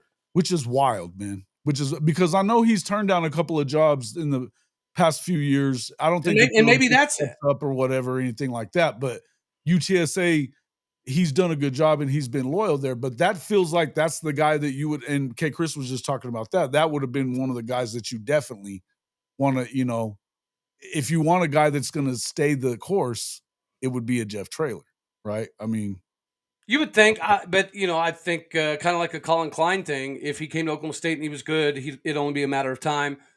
Jeff Traylor's very open about wanting to be the head coach of Texas or Texas A&M eventually, and that maybe that's part of it because he has turned down several opportunities. He has. And he really pushed for the A&M job. He was very vocal about it, very public about it. He was kind of close to the A&M job too. Correct. Yeah, damn close to it. He was Final 3, maybe even been Final 2 for sure. Mm. So I don't know if it was mutual or if we just decided since he's turned down so many other jobs, why waste the time? Yeah. Maybe. John Sumrall is somebody that's popular. Oh, the other name, the 3 names I'm hearing the most. Zach Robinson, GJ Kinney, and Alex Golesh. Yeah. Well, and he's worked there, right? He was a GA. Right. Yeah, he was a GA here for a couple of years. Right. Okay. Listen, Alex Golesh has been that guy since he got there. I mean, he's beaten pretty much everybody else in that conference. He did everything but beat Alabama twice. Does go into the swamp and win this year against a team that there's no way you should win that. And I think they got outclassed a little bit by Miami because they weren't sneaking up on them after. But look at what they did to Boise, beat the brakes off of them. It really, I mean, shit. But I think he may have. I don't know that they're going to end up doing it at Florida. But if it's me, I'd have fucking hired him before he left. Well, that's maybe the only hang up with Golesh is he's probably understands that Florida's about to move on from Napier. Sure. And that I keep hearing Sumrall is one of those guys that's at the top of their candidate list as well. Yeah, but Kentucky's not exactly super thrilled with Mark Stoops at the moment, and John Sumrall is a Kentucky linebacker alum. He is, and he coached there as well. But to me, why would you take that job? Especially if you played there, for fuck's sake. I mean, I'm with you. I think Florida would be a more appealing job, but Kentucky They have a financial ability to be competitive, and they Yeah. would probably give him something that is a ridiculously lengthy contract. Well, that's the one thing is that they haven't. I mean, look, Stoops won 9 games a couple of times, and I wouldn't think still don't know that they fire him at Right. this point. I think that his flirtation with A&M may have hastened that a little bit and not being better than they are now. And I don't think they owe him a ton of money anymore. But yeah, I think that when you've seen look, I'm just thinking a guy like that feels like a dude that wants to win natties, not go over there and have a nice long career at Kentucky. You know what I'm saying? Right. So I don't know, man. I would make him say no for sure. I think to me, he's the best young coach in America. So If there's anybody else, GJ would be right there with him. I like both of those guys. Love both of those guys. well, and here's like GJ. It's always been purported because much like Traylor, he did turn down some pretty good opportunities this previous season. He wants to regionally stay in his recruiting wheelhouse. Absolutely. But he played at Tulsa. He was almost a 10,000-yard quarterback at Tulsa. So geographically, Oklahoma State does make sense. Now, again, it has been purported that the reason he turned down all those jobs this previous year is because he wants like a Baylor, Texas Tech, Texas A&M kind of job. Okay. Well, a Baylor Texas Tech job is different than an A&M job, number one. But I would tell you, and when I already told you this before, I don't see why is it that you can't beat out Baylor or Tech for that position. Well, Not I mean, necessarily evidently Tech. The money at Tech right now is a reason why you would. I think that Joey better do something quick because if he doesn't, he's going to lose that fucking job. If they're willing to put the money into it and you're still not winning, yeah. and I'm still not buying into Tech, by the way. I'm not. But I mean, I am, but I also bought into us having a bunch of SEC coaches and SEC transfers, so I naturally thought that we were going to be good. Well, yeah, it didn't happen. Nah, But it didn't. I think that but I think that they crossed that line of how many mercenaries can you bring in and still keep everything kosher and good, right? Well, and that's the infighting in the locker room now is because of the NIL and the mismanagement of it. And you do have players only making $7,000 a month that have never been late to practice, and they do extra workouts and they do extra film. And then you have players making 25 grand a month who are late to multiple things and they don't log extra iPad hours. And when you start losing, some of that becomes problematic because if you're a kid making 7 grand a month and you've got ice on your shoulder and ice on your knee and ice on your ankle, and you look over and the guy making $25,000 a month that has been late to three meetings in a row is, rocking his $50,000 chain, there's going to eventually be some animosity. Fair enough. K. Chris asking the question, what's the pros and cons on Jeff Traylor, Colin Klein, Kenny, and Zach as the head coach? What would be the pros and cons? What would be the cons on Zach? That his development of Michael Penix seems to kind of stagnated a little bit recently. His offense by Atlanta Falcons fans, if you read message boards, they call it unimaginative, not innovative enough, pretty boring, which is obviously some of the same things we just saw here at Oklahoma State. But recently, I mean, he did have a big game, and people tend to forget that even throughout some stuff would be my concern. Huh? The recruiting would be my concern. Oh, so that's my biggest saving grace was Zach Robinson. Is I've heard from recruits that if Zach Robinson got the job, like guys like Des Bryant and Tatum Bell and Brandon Pettigrew and Russell Okung and Kittle Hunter, they'd be out in mass recruiting on behalf of Oklahoma State, which is something that Mike Gundy has never done. I've talked about it with you on this show. One of my biggest frustrations with Gundy is the fact that, I mean, hell, even this offseason, you have Adrian Peterson and Sam Bradford tweeting at recruits and telling them they need to go check out Norman and they need to be part of the OU DNA. When's the only time have you ever seen an Oklahoma State legend tweeting at players telling them to go check out Stillwater? Never. We have none. And like, look right now, you have Chuba Hubbard, you have Justice Hill, you have Jalen Warren. Like, you have a heavy-hitting lineup, Ollie Gordon, of just running backs in the NFL right now. none of them promote Oklahoma State, and they don't recruit on behalf of Oklahoma State. They're darn sure not out here tweeting players and making trips.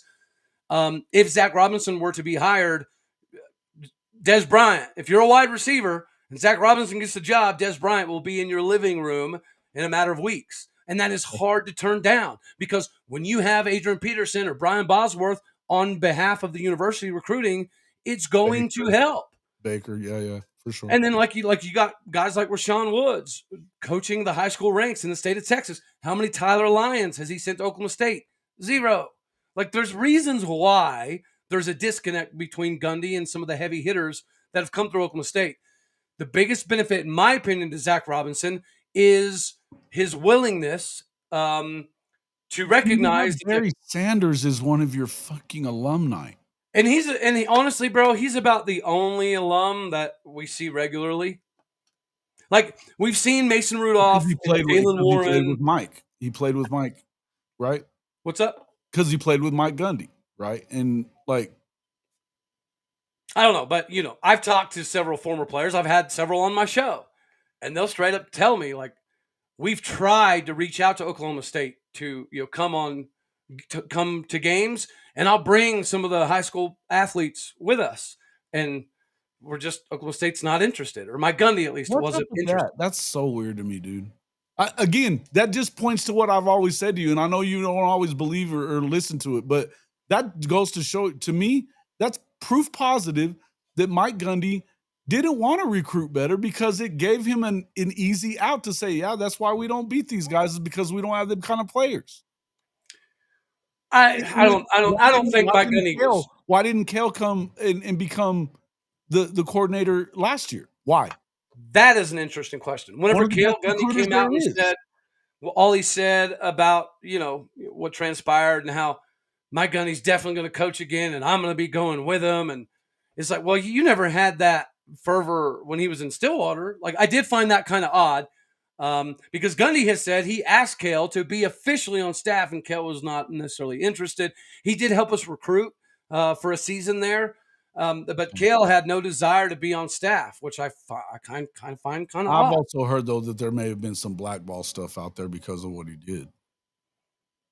I mean, I could see, because of Mike Gundy's OAN t-shirt thing mixed with the Cale Gundy rap lyrics thing, that could be a little bit of an eyesore. But this industry is about production. And Mike Gundy does have 18 years of production. And Cale Gundy, likewise, has 2 decades worth of massive production. So if they're there's nobody better than Cale recruiting wise. He was one of the main reasons for Adrian Peterson, one of the main reasons for pretty much every running back that came through after that. You know what I mean? Up until the last couple of years, obviously. And DeMarco's doing a really good job recruiting like that. But Cale, hey, listen, man, when you go get guys like P. Ryan and DeMarco and, you know what I mean, just guy after guy after guy. And, he was as big a part of getting DeMarco as anybody was. DeMarco still loves him. Him. Yeah. So, yeah. Yeah, no, it'll be intriguing to see, but I think those two as a package deal definitely do get, a upper echelon ACC style job still yet. Maybe, I guess. I just don't see it, man. There's something about the way that he's handled the NIL, unless he came in and showing that, okay, I'm bringing a guy with me that has a real plan for NIL, and this is what we want to do, and I don't know that that's Cale necessarily, but whoever it may be, I think you would have to come in and show that. But I get it that not everybody's going to see it the way that a lot of people should see it, or that you could be able to. All you got to do is pay attention in the last few years. But that being said, you're right. There's a lot of people. There's a lot of national media people that, and even, I mean, shit. I heard what Knucklehead said on Fox Sports. Fucking the basketball player. What's his dumbass name? You know who I'm talking about. I have no idea. You're not gonna listen to the dumbass part, but the guy that played for Oklahoma State, that he's on Fox Sports. Oh, Doug Gottlieb. Doug Gottlieb. Yeah. He was talked a lot of shit about it. A lot of shit about them firing him. Oh, really? Oh, yeah. You didn't see that? No, I didn't. Well, I actually talked to Doug. Away. I reached out to Doug. I talked to Doug a couple weeks ago about the Players Association union that I'm working with now, and he was very combative. He was not very receptive. So I gave up on that. Wait, what? He was telling me that he thought it was a stupid idea and that I probably shouldn't get involved with it because it's never going to go anywhere, and there will never be a players union in college sports, so it's kind of a fruitless effort to even try. And yeah, so and then when I saw he did an episode on Gundy a few days later, I'd be honest with you, I didn't listen, but that was also when I was doing, dude, that week I put out like 14 episodes. I know you did.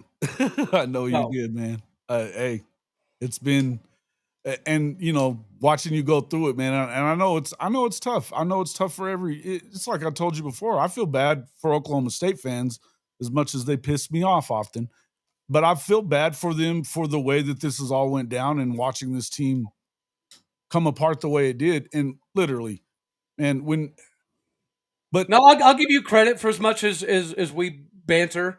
And even in text messages, right? We'll go back and forth quite a bit. You have always been adamant about how you don't believe that Oklahoma State fans deserve the shit Mike Gundy has put us through. Since the day I met you, that has been something that you have been very adamant about, that you respect Oklahoma State. You love that the fan base is so loyal, so you would like to see the fan base get more than what they're getting at the moment. So. Yeah, listen, I think it's like I said, I always felt like a lot of it was smoke and mirrors. That's why if you look at you can go through a lot of the stuff that we've talked about in the past of the non-cons and the way, he didn't really play any really good ones. Even the Power Fives, usually they were losing teams. But that being said, a lot of that stuff, you had to respect some of what he was doing for the longest time. But the last 10 years, I think since they missed out on the playoff when and they shouldn't have lost to that Iowa State game. They would have been in. When you have the same record as an Alabama, you're not going to get the nod there. You know what I mean? You're just not. And even though they very well could have won the Natty that year. Yes, offensively, we easily had the best offense in the country, without a doubt. Oh yeah. Without. Well, I mean, yeah, it is crazy to think back to that. Like, what would life be like if we didn't get screwed by the computer human manipulation system? Yeah, what could Oklahoma State be like if that hadn't happened? But it did, right? It is what it is. And Mike Gundy could have capitalized, and I've complained. Failure of capitalization has always been my biggest gripe about Gundy. No doubt. Yeah, we didn't capitalize off 2011. We didn't capitalize off of back-to-back 10-win seasons with 20 some odd NFL players on that roster. This is when you feel like you should have been able to go out and get better recruits because look, we're putting guys in the league, and they're still not going after those guys. Absolutely. Yeah, I did a show not too long ago, and I went and looked back at that 2017 Oklahoma State roster, and there was like 24, 26 NFL players on that team, and I was like, I mean, it's cool that we went 10-3 3 years in a row, but how did we not win more than 10 with the most NFL players that we've ever seen in our life? It was one thing to lose to Oklahoma during that time because they were really good at that point, right? Yeah.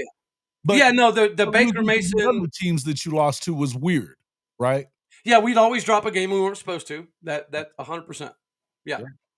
I mean, so did Oklahoma at that point, but I'll give you that.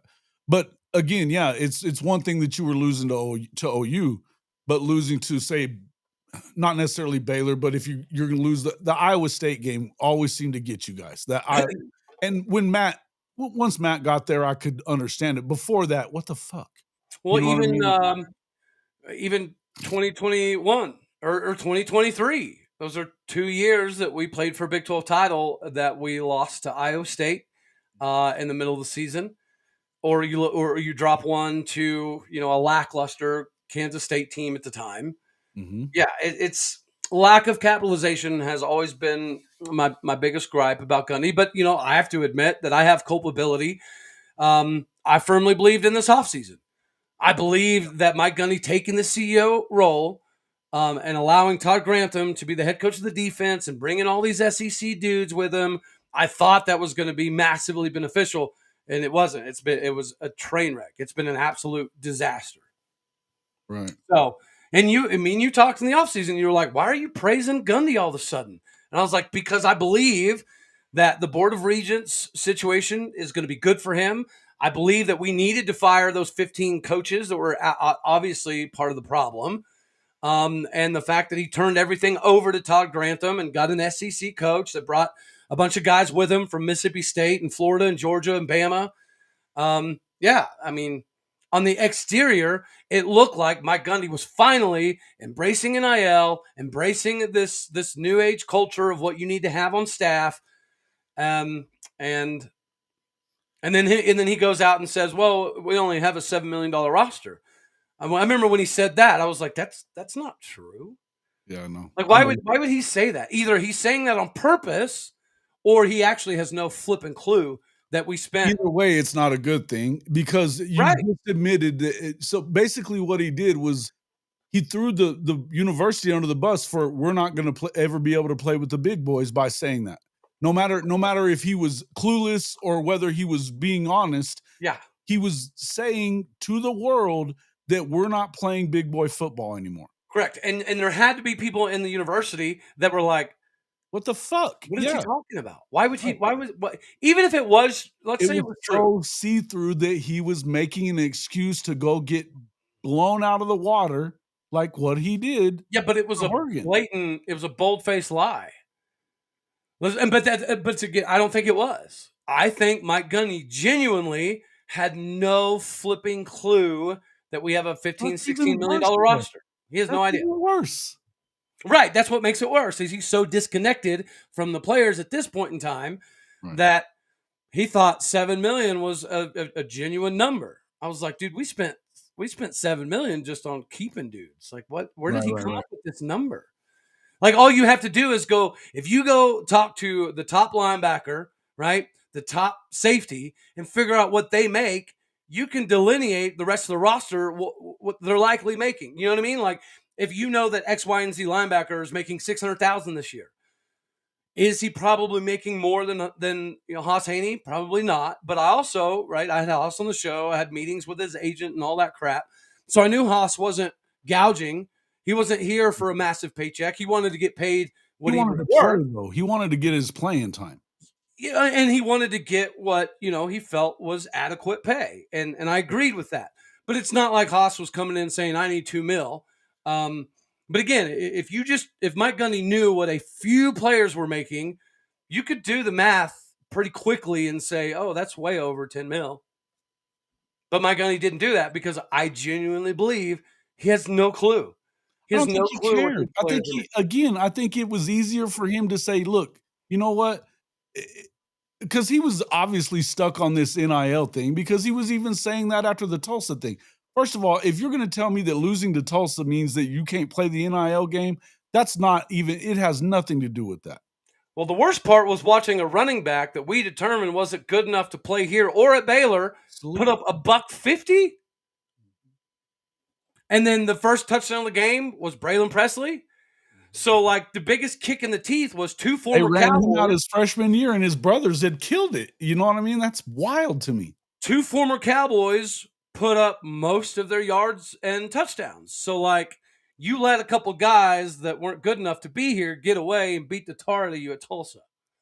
Well, again, I think that loss was more indicative. It was just about the fact that it tells you and told everybody who might still be hanging on to Mike can do this. He's our guy. We can't fire him. It let them know that, nah, it's that bad, folks. Especially when he's going in the press conference, he's not talking about, and they're trying to get him to say, this is how bad it's gotten, how fast it's gotten this way. And he's coming back with talking about plays in the game. Nobody fucking cares about how the micros. It was unbelievable, but he had no interest and talking about, and to some extent I understand it, because you're not going to sit there and tell them how sucky you are. I understand that. But it would have been the good time for you to say, okay, yeah, we're not getting it right in NIL. This is where I do see if he wanted to keep that job, he could have said, look, I've been slow coming around on this. He admitted it to Andy and Ari. Right. He could have been, look, the fact that we drug our feet as long as we did, I see that now is why we're here. If he just says that and says, look, we are committed to changing this and flipping this around, and I know that Oklahoma State's going to get behind me on this, then maybe so. He was so much more worried about his own ego and everything else that goes in his legend that he was going to continue to act like nothing is fucking wrong. I mean, I think you bring up a good Of point. his fault. And I think it's something that more of Oklahoma State fans may need to kind of get behind, is the fact that, yeah, he's the legend, and you could always make the argument that Oklahoma State shouldn't have done somebody like that who put in 21 years, X, Y, or Z. But on the flip side of the coin, you're right. Care enough about Oklahoma State. If Mike Gundy had a little bit of humility, he probably could have taken a step back after last season and said, you know what? We are way far behind. I put us in this position. I do not want to go out as the guy who had back-to-back 3-win seasons. So maybe I'm going to do what's best for Oklahoma State, and I'm going to kind of remove myself from the scenario. But he didn't do that. No, instead it was people that are negative and voicing their opinion are the same ones that can't pay their own bills. He shit on everybody instead. Well, I mean, after that stuff. But yeah. But what I'm saying is he never went off of that attitude about it, though, right? No. He was still carrying that after the Tulsa loss. It wasn't about that he's done wrong. It's that they haven't gotten it right, and it's it wasn't his fault. Blah blah blah. He still wanted to a little humility there, and showing that you care more about the university that gave you this position and gave you the opportunity to win the way that it did. And you did your part. I mean, that's fine. And everybody's always going to give you the credit for that. But right. You have to go back and say, look, the best coaches of all time are always the ones that are going to be like, yeah, I fucked this up. Well, I know Nick Saban's a little different because when you have handfuls of natties, it does make it easier to walk away. But sure, at the same point in time, he didn't wait until he had driven the fucking program into the shitter either. And he was open about it. Like, I don't believe in this level of NIL, so right. I don't want to be a part of it. Mm-hmm. Mike Gundy clearly Dabo's over there gaslighting the shit out of everybody, saying, "Yeah, go ahead and fire me. I'll get another job in a minute." Yep. Yeah, he has the same mentality Mike Gundy does. He does. And as Nick Saban mentioned, some of us old school dudes, we just can't conceptualize what this new age fully entails. Like, we can admit it, we can embrace it, but actually being able to understand it, it's a different animal. It's why I wouldn't give him a damn job right now. He'd have to prove to me that he gets it and knows what to do from here forward. And Dabo the same way. I know that Dabo's won natties, and so he's going to have a little bit more. He's got more credit, and he'll get a job the second they did fire him. And they're not firing him. But the truth is, I would not want to hire Dabo right now either, because of the fact that he doesn't want to play the game. Correct. He doesn't. And this isn't 10 years ago. It isn't. No, you're 100% right. I mean, even Jimbo Fisher. He wants to play the NIL game, but he doesn't want to manage it like that. No, he was taking advantage of the money that Aggies were willing to freaking cough up for anybody, and just going and looking on 247 and on 3 and being like, okay, these top guys in the top 25, all the 5 stars, that's who we want. Go get them. Yep. Never mind whether they fit us or not. Go get them all. And that's where we failed this season. And at the end of the day, that is on Mike Gundy. Because, Todd Grantham bringing all his own guys, it was great in theory, but somebody should have been saying, well, wait a second now. just because he used to be a 5-star 4 years ago. But if he couldn't play his last 2 years at LSU, what makes us think that he's going to come in? You know what I mean? But that wasn't happening. LSU, they weren't worth the shit on defense the last couple of years either. I mean, regardless whether it was LSU, Ohio State, Florida, UCLA. No, I get it. None of the players we've gotten in the portal, I can't say none of them, but they a large majority of them starters anymore. They don't even play. Right. So, and when they did play, it was very obvious that they were walking around the field and not trying all that much. And you were telling me I saw the one that you did where they were laughing about Zane, talking crap about him, right? You know, where even fans could hear him. Mm-hmm. You know, that's wild. I mean, you know, there wasn't really much of a team thing going on there. That's wild that that would have been going on. Let me ask you this: is there a candidate out there that you really feel like reignites recruiting immediately? Is that Robinson because of what you were talking about before? You think that that's an immediate? It ignites the recruiting like it never has been. Yeah, I think it would have to take a Zach kind of guy to uptick recruiting. I do think GJ could come in and instantaneously be better than what we've been traditionally under Gundy. Because let's face it, under Mike Gundy, our recruiting classes are typically between 40 and 60. Right? That's traditionally where we live. GJ Kinney already is in that range with Texas State. So I do think that GJ Kinney would uptick our recruiting better than it's been traditionally. But if you're talking about somebody that could come in and instantly bring us a top 25 class, I do think that it would take a Zach kind of guy just because of all the NFL connections that he has and his willingness to adopt the mentality that OU has with their alumnus. Hey, guys, Adrian Peterson, Sam Bradford, Baker Mayfield, Kyler Murray, we want you representing Oklahoma University. We want you telling recruits, hey, this is why I won a Heisman at OU. Hey, this is why I put up 1,500 yards at OU. You need to go check it out. And that's the thing is we have plenty of NFL heavy hitters, but we don't use them. Mm-hmm.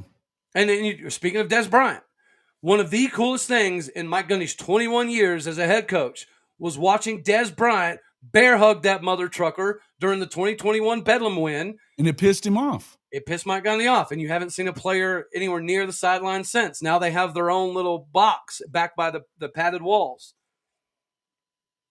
And that stuff is going to disappear overnight if it were to be a Zach Robinson. And it probably would with a lot of coaches, but I agree with you on if that's where, I mean, I believe what you're saying about Zach, that if that's already being out there, that he'll immediately make that happen. Yeah. Cool. I get it. That makes sense. Well, and again, he's been coaching in the NFL long enough. I tell you, my favorite story about Zach Robinson ever was when he picked up Baker Mayfield from the airport, taught Baker the offense in the car ride to the stadium, and then Baker goes and wins a flipping ball game for the Rams. And he said in the postgame presser, yeah, I didn't know anything about this offense until Zach Robinson picked me up at the airport 5 hours ago. Yeah, I was watching that. One. That was cool. So Zach Robinson is the reason that we won the ball game. Like I got to tip my hat to him. He was like, I've never had a player be able to condense information so quickly, but make it mentally make so much sense without even stepping on a football field. That's one of those things that is going to carry a lot of weight when it comes to, I think, the recruiting. If your quarterback's good, you're traditionally going to have the ability to at least be decent, right? Our quarterback play for the last 4 years has been pretty putrid. And I think it's clear that it was a good thing that Ollie did what Ollie did while he was there, because otherwise you would have been in trouble. Yeah, no, for sure. Ollie in 2023, Ollie Gordon put on his Superman cape and he carried Oklahoma State, and he stayed loyal. And that again, Ollie Gordon will go down as one of the GOATs of all time. Not only because of the Doak Walker, but the more we see, the more we realize that, I mean, we had talent, but it was Ollie, Nick Martin, Colin Oliver, right, DeJon Stribling at the time, and that was pretty much the football team. Right. You know what I mean? I don't. No doubt. And I mean, they covered up for a lot of things that were wrong because when you talk about the defensive guys, much as I know that you liked Nardo, he was in over his head.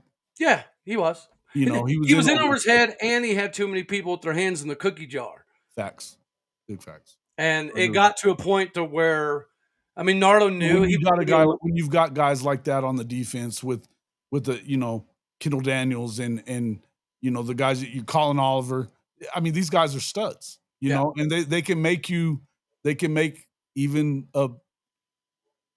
not having a very good scheme going on, they're going to make plays that other guys won't.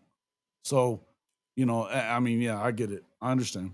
But again, you look at the NFL, like all of the guys that we just mentioned are starting as rookies or playing a significant amount as rookies. Sure. So yeah, it is crazy to think that we weren't competitive in NIL, but we still had a handful of NFL dudes, and we still couldn't do a whole hell of a lot with it. Now you look at this roster, and you can count the potential NFL dudes on one hand, and that's a problem. It is. This definitely is. And I guess this is a good question though. Is Doug Meacham, is he a real candidate at this point? Not for a head coach, but I have to admit, he's done a very good job in just 1 week. His interviews are better than Gundy. He's already given more information on injuries and things of that nature than Gundy ever did. He's disclosing how things are going in practice. His answers are pretty good. It's like, what do you think the first? Man, we got to have him having fun out here. I was like, shit, you ain't wrong. Well, he talked about fun right now.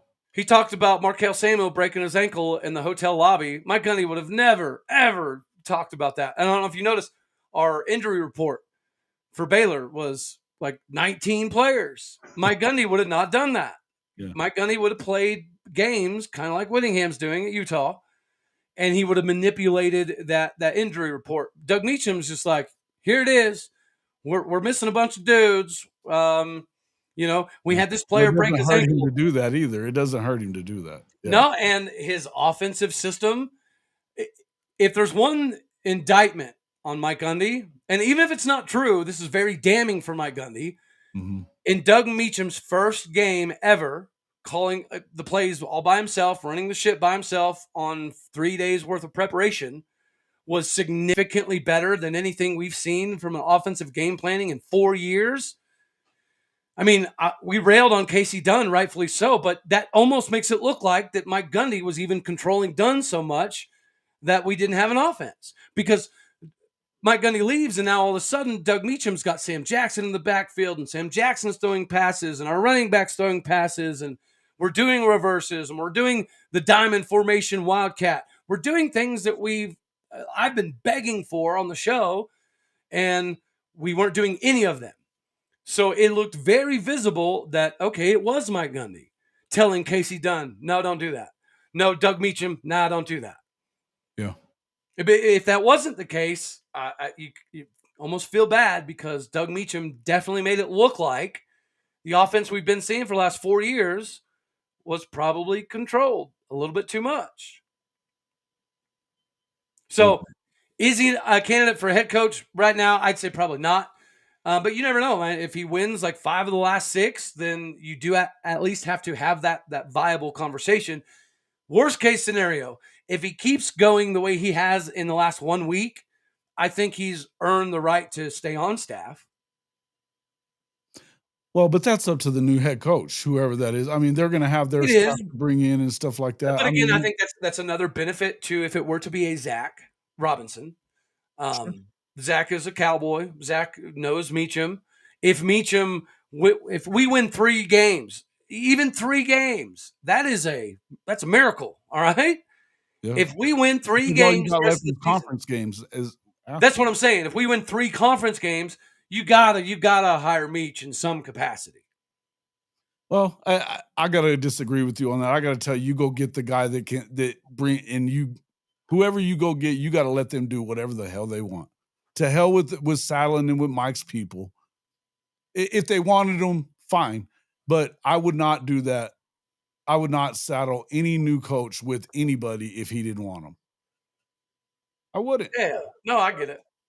I mean, That there are I some get what you're fans. saying also. There's something to be said for he's a and hey, you know what? If he's able to do that and show some things like that, if you believe he should be there, they ought to take a look at him staying on as head coach because look, there's no way they should win 4 games. No, no. There's no way. So if they do that, and with with the roster and the way that things started off this season, Yeah. that may have been a prove it ground for to me. I think it depends on how it goes, but to me, I also think that there's a lot more to it than just that. I think that what do we know? Is he able to put together what you need to do? Does he know what it's going to take to build the NIL collective the way it needs to be done?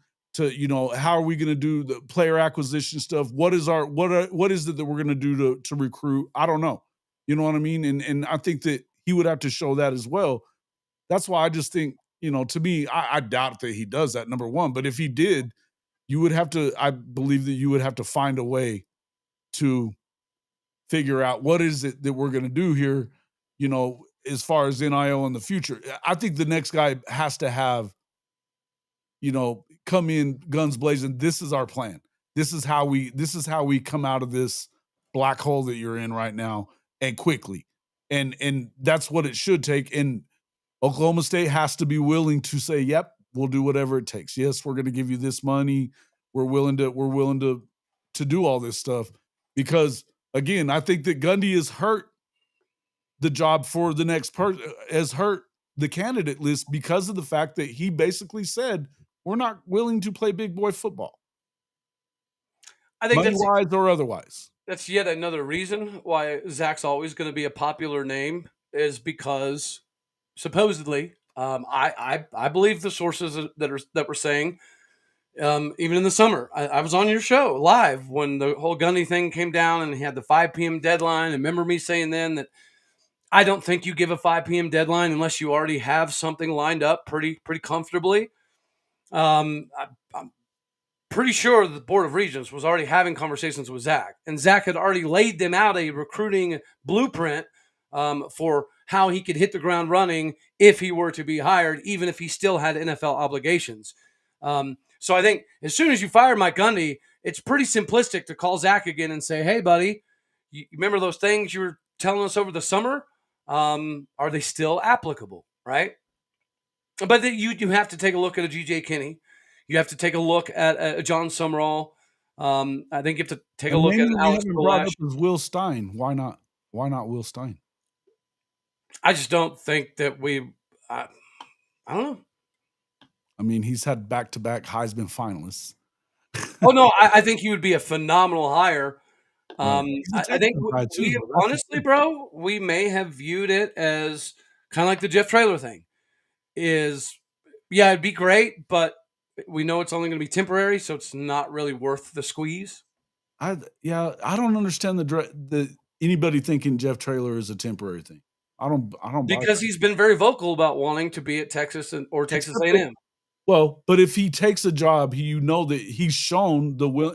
He's turned down jobs to stay at UTSA. That tells you something about that he's got loyalty in that. And if they're able to get him to take that job, that means that they're willing to do the things that he knows it's going to take. I look at it as I still am of the belief that it's harder to make the playoff from the Big Ten and the SEC. It is harder. Even if you've got more spots, right? But look, I feel like you can win if you get it going at a place like Oklahoma State in the Big 12. You can do what you guys were talking about doing after Oklahoma and Texas left, being able to say, hey, we should run this conference, which means that you're going to get in.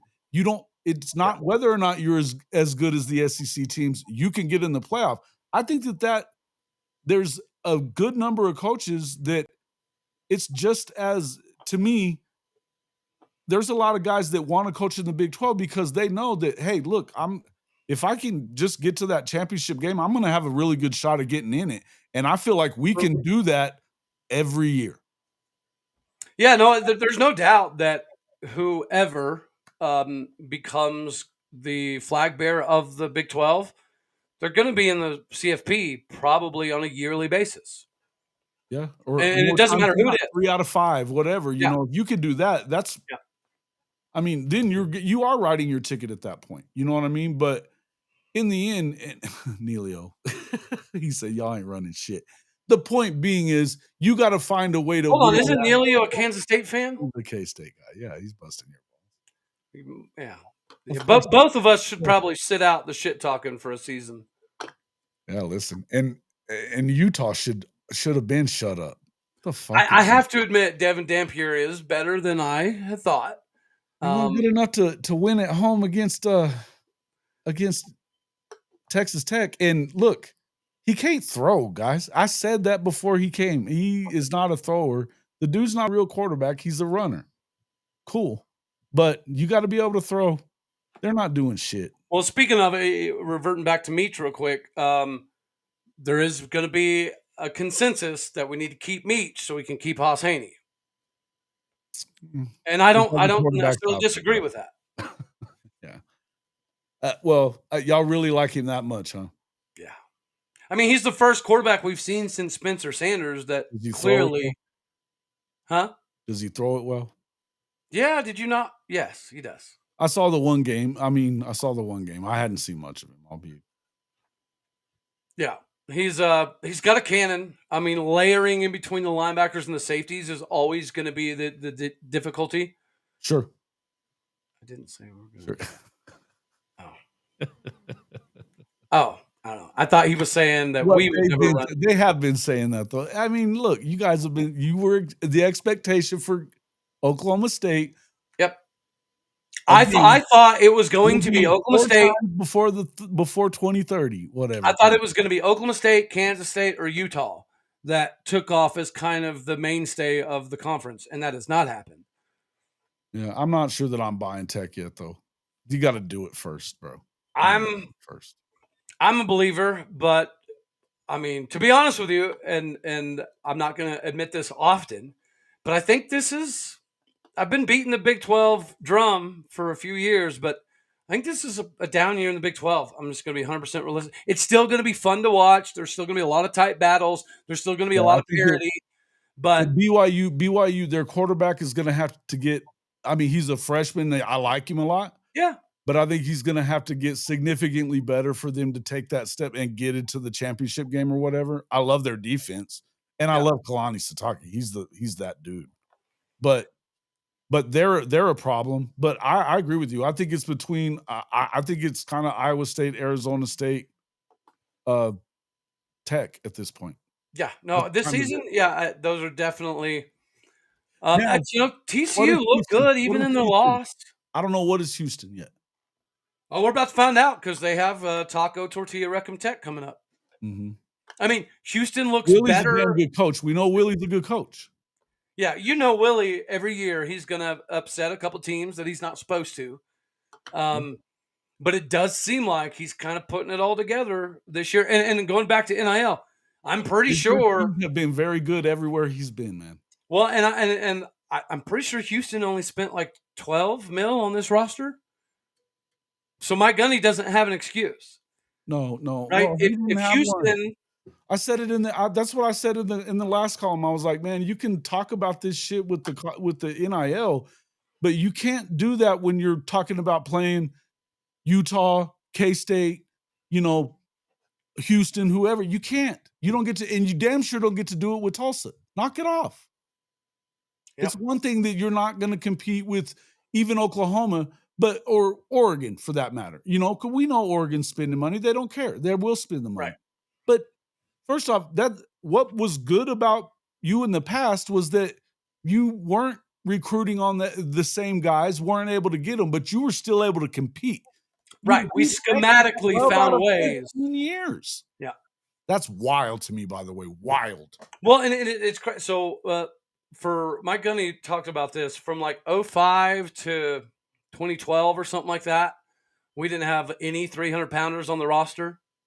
Any. And he was still able to win at a pretty remarkable level. So again, the things that made Mike Gundy so great in the beginning eventually caught up to him and became his downfall in the end. Architect, arsonist. You nailed it. It's almost like you've done this a time or two.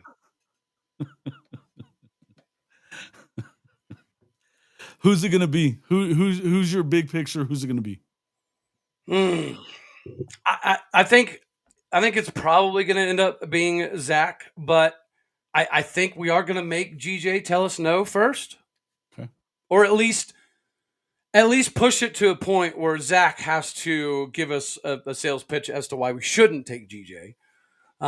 Originally I thought GJ was holding out for the Baylor job, but the more and more we hear, supposedly there is interest on GJ's part. So we shall see. I think you make GJ tell us no. But if GJ tells you no, then I would make him tell me no. Hell yeah. The safe plays is Zach. I've always been a Zach guy. You know that. Yeah. Yeah. Recruiting. GJ would recruit just fine too. I agree. Yeah. Yeah. So to me, I'm happy if we get GJ or Zach. I'm over the moon. If it's anybody other than those two, it'll take a little bit of extra digging. Like I would love Alex Golesh, but it should be another one that I would push for if I was you. Yes. That's my top three is GJ, Zach, and Golesh. Yeah, and maybe a Summerall, but I think Summerall's SEC guy. I think he's already getting an SEC job, so I could understand not really. And that's my only reservation with Golesh too, is because if Florida opens up and they offer it to him, he's probably going to take that over O State. And it's hard to disagree, right? It's the SEC, it's more money, it's the swamp, it's a better recruiting fertile land. So if Florida opens up, I could argue OSU's a better job than Kentucky. Yeah, but not Florida. Oh no, of course not. I don't even think Arkansas. No, I agree with you there. I mean, they've got money. I don't know why the hell they weren't spending it. Right. So, Neilio, the only thing I've heard in that regard is GJ. He's been a Baylor dude. I think his dad was on staff during the Art Briles years, and he feels some type of way about how all that transpired. What makes you think this is what happens, Cowpoke Ranch? I think Brett Yormark is going to start copying Greg Sankey and start procuring schools to change administration and involve coaching hires. I don't think that's what happens at all. Hold on. Is it my reading or comprehension that's struggling? Being involved in coaching hires, pressuring schools to change administration, and being involved in coaching hires for the benefit of the conference, I don't think that goes on whatsoever. No, I've never heard that. There's a lot of things that Greg Sankey is. Make no mistake, he works at the behest of the SEC presidents and athletic directors. He is not in charge of shit. I mean, don't get me wrong. He's not when it comes to hires. Fuck no. And if he was, then how do you explain, Hugh Freeze? The fuck are we talking about? Hugh Freeze was a popular name. Hugh Freeze is as big as like a GJ Kinney or John Summerall at the moment. No, he's at not. That time. Well, not now, but at that time, coming off of a 12-win Liberty season and like an 11-win Liberty season back to back. No doubt. But he's burned that. He's burned that in getting. He held on to a quarterback that was shitty the year before, and then he brought in a project in Jackson Arnold who is not working out. And it's not. I mean, whatever. They can say whatever they want about cheating and all this other bullshit. But the truth is, you had opportunities to win and didn't get it done. And same thing happened the next week when you were still bitching about what happened in Norman. You go down and lose again. You know what I mean? I think his ass is on his way out, man. Oh, for sure. I'm with you. I think he's probably 2 losses away from exiting. Oh yeah. Well, and I mean, you could tell by the way they handled that whole thing that their 6-game stretch, that started with Oklahoma, they were going to be lucky to win 2 more out of those. You know what I mean? I really think, and I don't, as good as they are at receiver, Cam Coleman, stud, Stevenson, stud, their running back, really good, but they're not going to win any of these games. And it's because they're just not they don't have it figured out. And Jackson ain't the guy. Hey man, I'm happy to see my dude Hudson having a nice season. Other than that, I don't really care what happens one way or the other with Auburn. Yeah, Hudson. Matter of fact, man, I'm about to start spinning some yarn to see if we can start getting some Hudson Cox and Lyric Rawls and Jason Queso Brooks back to Stillwater. Hey, listen, I understand. Makes sense. It makes sense. Listen, I think you get the right guy, you'll be able to recruit. And that's what I've always told you. If you go get one of these young coaches that recruits really well at lesser places than Oklahoma State, you will recruit on another level at Oklahoma State. Dude, if we lose out on Haas Haney, which with everything that's happened at Virginia Tech, I think we should go get Rangel back. Yeah. Oh, is that where he is? Is at Virginia Tech? Mm-hmm. Wow. Yeah, and he, I've talked to him a lot. He knew that he was coming in this year to be Drone's backup, but it was going to be his team moving forward after this season. Beamer may actually be taking that job though, because he may be in deep shit now. Well, yeah, I was going to say South Carolina. I watched that Netflix SEC show, and since then South Carolina's been pretty disappointing this season. You assumed after I had a bad misunderstanding. I assumed after the Jimbo Fisher deal, I just thought that's how it worked. Well, that's how it was working down in College Station. It had nothing to do with Sankey, though. I think everything that happens in College Station is its own. It's a weird fucking joint, man. Yeah. It's a weird joint down there. And you listen, shout out to what Mike Elko and them are doing. They're doing well. Mm-hmm. But, man. So we've actually got an Oklahoma State player right now. His cousin is the equipment manager down there. And I was having a conversation with them just last week, and he was saying, Oklahoma State needs to go through what happened at Texas A&M, and that was day one when Mike Elko walked in. He was like, listen, all of the NIL, all that bullshit, it's all separate from me. We've got GMs and people that handle all of that. And I don't want to hear a single word about it. I don't give 13 shits. I don't want to care. I just want you guys to give a shit about being Aggies. That's it. I don't care about your NIL. I don't care where you're transferring from. I don't care about any of that. Mm-hmm. I want you to be here because you're here to step on the field and represent A&M. If you're making $10 million, I don't give a shit. Good for you. Cool. Yeah. But if you step on the field and it's very visible that you're making $10 million, then I have a problem with it. Right. And you're not producing. Yes. Right. But if you step on the field and it's all about being an Aggie before everything else, then yeah, I'm here for whatever. And I think that is accurate. That is the model that needs to be followed at Oklahoma State because Cowboy culture. They have the right coach there for sure. I think, again, the Cowboy culture, getting the 2-star guy was our blueprint for 15 years. That was very, very successful. And we've gotten so far away from that now that the Cowboy culture guys that are still left, they're the ones getting shit on the most. Although I will say, if you look in the Baylor game, that was a different group of dudes than the first 3 games. It was. Like, no, I'm not saying they played different. They did play different, but I'm saying the names. They played better. They look better. We played more backups than starters against Baylor, and we looked better. Sure. They cared. Yes, that's it. Like I said, the guys that are making $7,000 a month with ice all over their bodies, that dude who I was talking about, he said, I'll be ready Tuesday.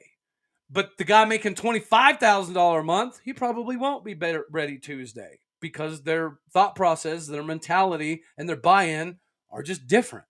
Mm-hmm. So I think that Oklahoma State needs the Cowboy culture guys to be the foundational building block. Listen, you have to recruit, and this is what I'll say, coming from the Oklahoma standpoint. They're spending money. Don't make no mistake. They're willing to pay, right? But that's not what they're recruiting on first. It has, in fact, they don't talk about money. Guys like Brent Venables is not going to talk money with you. He's not. I was told that OU. Shout out to Brent. Brent Venables did the same thing Mike Elko did. And you can confirm or deny, but I'd heard the first they have to pay. Well, I'd heard his first 2 years he was doing the, shaking hands, kissing babies, all of that stuff.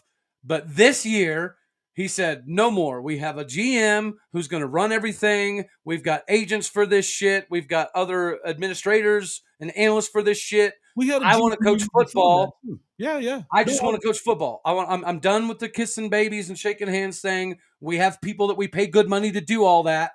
Well, they don't mind doing the recruiting part. What they're not going to do, what they're recruiting though, is for their culture of, do you fit in this program?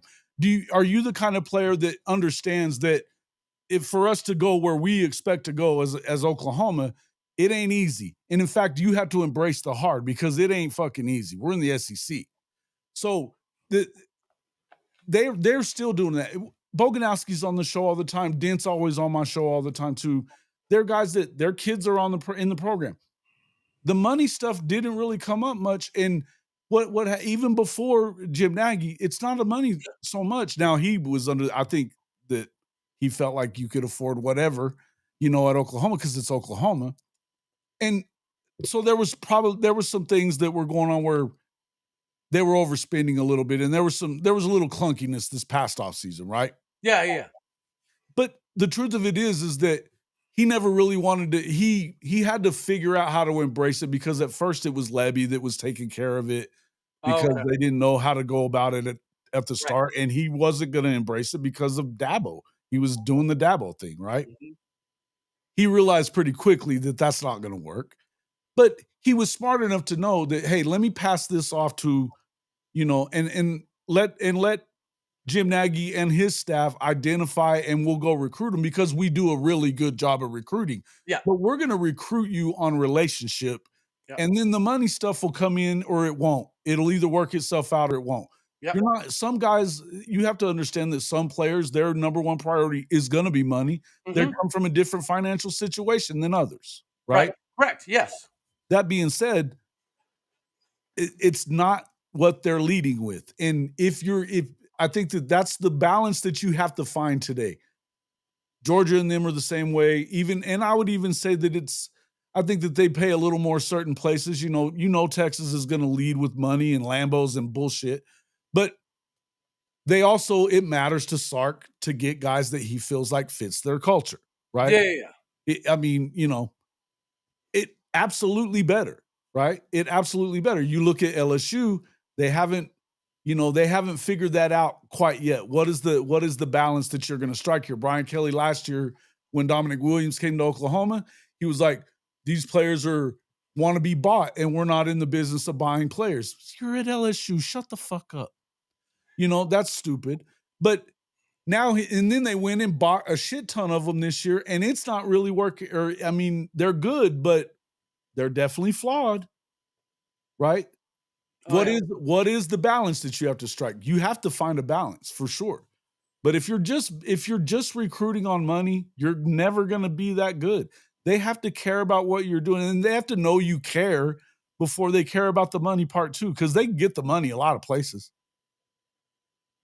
They can get the money a lot of places. There's a lot of people that are Jimbo was willing to just fork out the cash. Locker room be damned. We're going to give them the money. Yeah. Oh, and that's what happened to Oklahoma State this season. Yeah. So. It is wild. Yep. Think Dayton Holgerson to be a possibility. I think you've already said this, no, right? But no. Maybe as an OC. An OC I could see. Yeah. I think Dana kind of his days as a head coach, at least at the Power 4 level, are probably. Yeah, he's kind of like we mentioned with Gus Malzahn. Dana's he has in-game management problems that Gus has, and Mike Gundy has had them too. And some people are just naturally better at that stuff, and I don't think Dana running everything is his forte. Sure. Especially now in this wild, crazy NIL era. I think Dana would struggle maybe even more than Gundy to some degree in that department. Well, it was pretty clear that he was struggling in a lot of departments at Houston at the end. They're fighting out on the field. They're fighting each other on the sidelines. Yeah. Some wacky shit going on down there at the end. And he was blaming it on the players, not himself. Right. He was doing a Gundy. Why would you want that? Why would you want that? No. Yeah, and Dylan Raiola is supposed to be a big deal. But I haven't watched a lot of Nebraska offense this year. Barely beat Cincinnati. I did I watch mean, that game, yeah. and I did think Cincinnati was the better football team that particular day. So did I. And I don't think they're that good. They're better than I thought they would be. They definitely improved. I got to give Scott Satterfield props. Brendan Sorsby looks much more comfortable, much more poised, much more in control of the offense. They went out and got some dudes on defense to make them adequate. I got to give hats off to Scott Satterfield. I don't know if he's done quite enough for him to be, a contract extension kind of dude, but doesn't sound like it. But if going off last year, it looked like Cincinnati was going to have another 2-win season. True. And clearly they're significantly better than they were last year, which my Cowboys cannot not say the same. They just built that new. And again, does Houston have Oklahoma State money? No. Does Cincinnati have Oklahoma State money? No. Does Iowa State have Oklahoma State money? No. Houston has it. Can they get it? Can they get it from those guys? Well, the Fertittas are the biggest. I don't know, bro. Last year we spent 5.4 on NIL. They spent I get it. They spent $2 million. Hmm. I don't know what their number is. If you want to win, you're going to have to do it. And I think the Fertittas are able to raise money too. That's the thing. I don't think they're willing to front all the money, but they will raise it. Gotcha. They will. They did it at UNLV and they did it at Bishop Gorman. They basically bankrolled Bishop Gorman by getting the money from other people, even though they were multi-billionaires. I did not know You that. guys know money. They have the ability to do it. It was a matter of them getting into a Power Four. That's the reason that Texas did not want them in the fucking conference all those years. Believe it. Because they would be willing to get big if they got here? Absolutely. They just needed a ticket to the party. Houston. Well, and I think you're saying the same thing. They talk about it being a commuter school and all that shit. Yeah. I get it that it's gotten that reputation, but you can blame Texas for a lot of that because they hate each other. And they did not want Houston to have any part of the Big 12. They're the reason that Houston's not in it. I mean, that's not surprising. And it's the same reason that SMU, too. They didn't want nobody wanted anything to do with SMU. Because if they ever got their shit together, they knew that the money would be right. And SMU should scare the fuck out of everybody.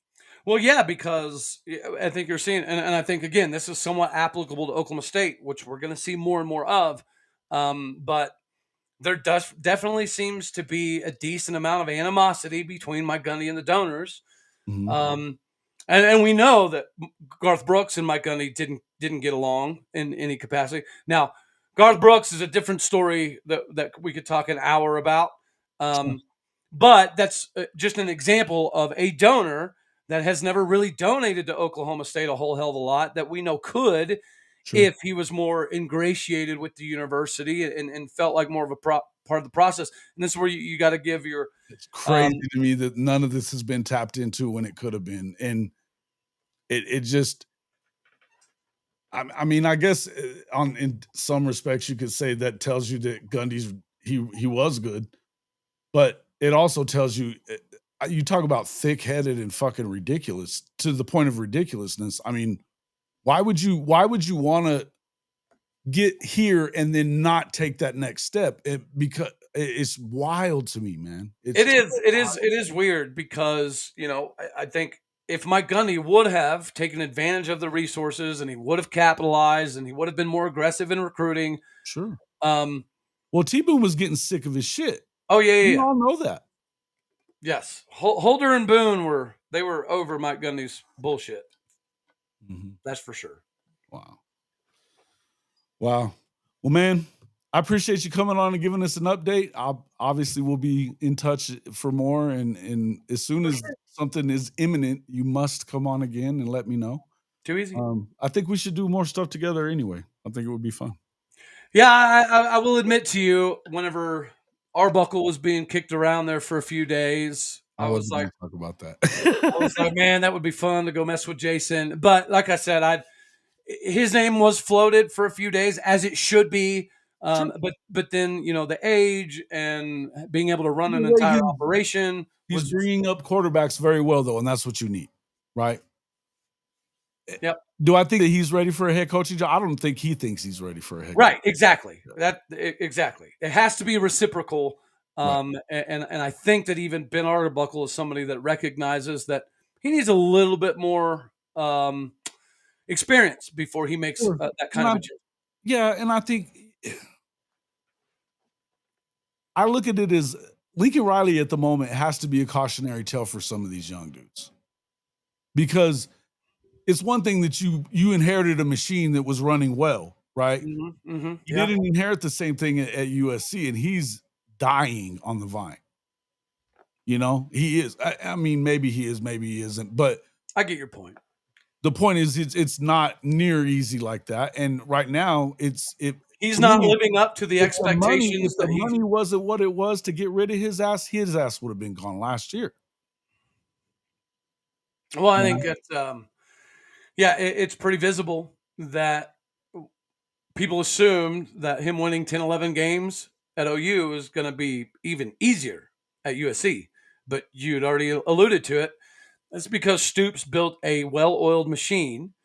And the recruiting machine was running. Everything was doing what it was supposed to do. Lincoln Riley had Heisman winners lined up, literally. Yes, he did, and he didn't even have to hire new coaches, right? Yep. Until he started firing them. You know what I mean? Yeah. The Coach Henderson, the defensive coordinator for USC, has been mentioned, not necessarily as a head coach, but it would be interesting to see him as a DC. Their defense has definitely gotten better under him. Their D lines. He's not the DC. He's a co-DC there. Yeah. He's the D line coach, and he was the guy that. So it's the DC is Danton Lynn. His name's been popping up a lot of places, by the way. I haven't heard of him, but I have heard Henderson. Henderson is the guy that is kind of responsible for Aaron Donald. Aaron Donald, yes, he was his major coach. And Coach Henderson. He's a stud, dude. He's a hell of a. I don't know if this is 100%, but supposedly when we let go of Greg Richmond, Henderson really wanted to come in and be the next D-line coach, and we ended up going up with Paul Randolph instead. So he's had interest at Oklahoma State previously, and we, for whatever reason, told him no. Another name that's not talked about enough, bro. I'm gonna tell you, if we could get Zach Robinson as the head coach, Henderson as a DC, and Josh Henson as the O-line coach. I mean, Henderson and Henson recruit their asses off. Yep. And Henson is another one of those that he felt like he should have got the OC job over Casey Dunn. And at that time, I agreed. I think Josh Henson should have gotten the job over Casey Dunn. And so there's been a contentious relationship between Gundy and Henson since then. And now that Gundy's gone, again, I would imagine that Josh Henson would like to come back home. And I would imagine that if he could be the OC with one of his old playing mates, Zach Robinson, as the head coach, he would take that in a heartbeat. You better respell that shit, Cowpoke Ranch. You start talking shit about our guys in here, I'll boot you. Calling him a queer. What the fuck's wrong with you, man? See, I don't get that. I think I told you when we had to do our locked on top 300 list. Mm-hmm. I put Mateer I put him number 11 or 12 in the country, not just quarterbacks, overall. He was in my top 15 best players in America. Because you watch his highlight reel at Washington State and realize how bad that Washington State O-line was, and you're like, oh, shit. This dude's and he only really had one weapon that, Kyle, what's his name, was the only guy that was really a D1 receiver. Right? Yeah, no, and he had a pretty adequate running back, but he was okay, but he wouldn't have been able to play here, or he probably wouldn't have been able to play outside of where he was. I don't see it. You know what I mean? Yeah. Look, here's the thing. What I will say about Buckle, he's doing a good job with recruiting them. I'm not a fan of what happened with Jaden Gibson, or Jaden O'Neal, sorry. Not a fan about that, about the way that went down. But I would tell you that, you know, his scheme is unreal good. I think he's doing a really good job with that. And he works the way that they work with these quarterbacks. I mean, the proof's in the pudding. Cam Ward went number 1. Yeah, I think Hawkins is. I think he's going to be pretty good. I thought Hawkins looked pretty good last year under Kevin Johns. Yeah, I agree. And here's the thing about that: we're going to find out. This is ought to tell you that. Okay, nobody thought anything of material. He was a 2-star until he went and found him and brought him out there, and then same with Cam Ward. He lit it up last year. It took him some time to get going. Beat Washington, and on the road beat Washington. Able to beat Tech. And they weren't, you're right, they were not very good. They lost some games that they probably shouldn't have lost too, but it wasn't about him. The dude put up 44 touchdowns. In the end, the idea that a lot of people are saying that, oh yeah, they're fucked now with Hawkins. Hawkins is legit talented. And he wasn't getting, they weren't developing anybody last year because of Seth and what they were doing. You're going to just think as good as everybody else has gotten because of these guys, he's going to come in and be bad? Come on, man. Come on. Yeah, I think you're going to be fine. I will say this, bold take out of Cody. I think Hawkins probably outperforms Arch Manning because Arch has been very, very underwhelming. Yes. He's not good. And this is year 3 in the system there. For the shit talkers from Texas are saying shit about Hawk. Hawkins was a true freshman when he played in that game last year with a terrible game plan and no receivers to throw to. Well, and 2 brand new coaches, essentially.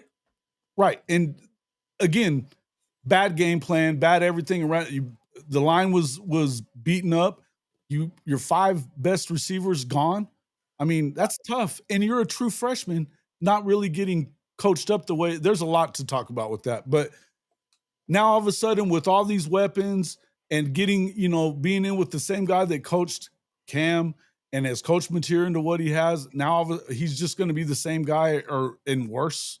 Come on, folks. Hey, I have one question. The thing is Oklahoma is not dependent on the offense. This defense is legit. So I gotta go run to the pharmacy for all that fun crap in my life. I gotta go too. It's time. But I did want to ask real quick. Was Caleb Hicks reason for not getting on the field much last season because of vision? Because that mother trucker cannot find a hole to save his life. I don't know if he's ever going to have kids because I don't see how he cannot see the flipping hole. I mean, once he gets to open field, he's very impressive. That could be a lot of people, he was definitely in DeMarco's doghouse all the way. Because you look at him coming off the bus, he looks like, wow. You know what I mean? No, he runs like a starting P4 back. He moves like one. He shifts like one. He takes angles like one. But that mother trucker will not go through the 2, 4, 3, 1 holes. He won't do it. I don't know. And it's like he wants to extend everything. We never saw enough of him to be able to that I could tell you that. From what I know is he stayed in DeMarco's doghouse. Maybe that's why. Yeah, he can't see. Is he blocking? Well, he's not playing anymore. He's not playing. Okay. He got 1 carry last game. And again, was he able to block and all that leading up to that? Did it seem like he was a willing blocker? It wasn't bad. One of DeMarco's things is if you're not blocking, he's not playing you. Right. Yeah, I haven't been. Dude, we've been so terrible. There's not been much to watch. Like, dude, I was trying to do a breakdown after the Oregon game. I gave up. Because I watched and reversed and watched and reversed and watched and reversed. You know what I mean? And I found like 9 positive plays all flipping game. Ugh. And that's how I was like, you know what? There's nothing to talk about. There's nothing to talk about. So, yeah. And if they're not, I mean, you got to get better. And look, I'm just well, and then the first half of last week, I wanted to see and I was like, they don't look the same as they've looked the last few weeks. No, completely different. At least it looks like they care. It looks like they care, and that's a start. That's a start. And I'll tell you another thing that'll be interesting to see is some of the players that earned more playing time the first 3 weeks didn't get it. So now that Rodney Fields and Trent Allen, go over 100 yards, and Rodney has 70 some odd yards receiving, if I'm Doug Meacham, they're going to be the focal points of the next game. Sure. And we didn't get to see that against UT Martin. The guy who had the most yards was Caleb Hicks. Freaky looked pretty good. Was looking pretty good. I like Gavin. And especially now that Sam Jackson's doing some stuff in the backfield, that opens up G Freaky to do a little bit more. I've always liked Gavin, but as you know, Gavin hates me. He does? Okay. Oh yeah, he was. He did that stupid TikTok dance where he's like humping the air. Oh. And you did rake all those guys over the coals pretty good. Yeah. I was like, if I have any fears for the football season, it's after watching that crap that we're in the locker room worried more about air humping other dudes dancing than focusing on playing football. And sure enough, that's what we have. We have a bunch of air humping dudes who don't play football. But yeah, so Gavin tweeted me and he was like, good thing nobody cares about your opinion. And I was did? Yeah. And it got retweeted thousands of times. So I was trending in the wrong way. Not really. There's not really a wrong way for what you're doing. Well, my wife looks back at it. Gavin had a nice play against Baylor, and she goes, isn't that the dude who started a bunch of shit with you? And I was like, yeah. And she goes, I guess they should have been worried more about football than dancing, and y'all wouldn't be 0-4. Well, I mean, we won a game. Calm down. Oh, I love it that she's a Sooner fan. I mean, we all have our negatives in life. Yeah. I mean, she loves you anyway, so Well, it's funny you mentioned that. She hated Mike Gundy so much. She hasn't watched an Oklahoma State game in 3 years. She watched part of the Baylor game, and she was like, "This is actually somewhat worth watching." Okay, and then that's when she saw the Gavin Freeman thing, and then I told her I was like, "Yeah, I didn't. It wasn't fun trending in that direction." And she was like, "Yeah, but you were right. They were more worried about dancing than playing football." Look, sometimes things. I've tried to explain this to you before. You don't always get it exactly what you want as far as like how the reactions.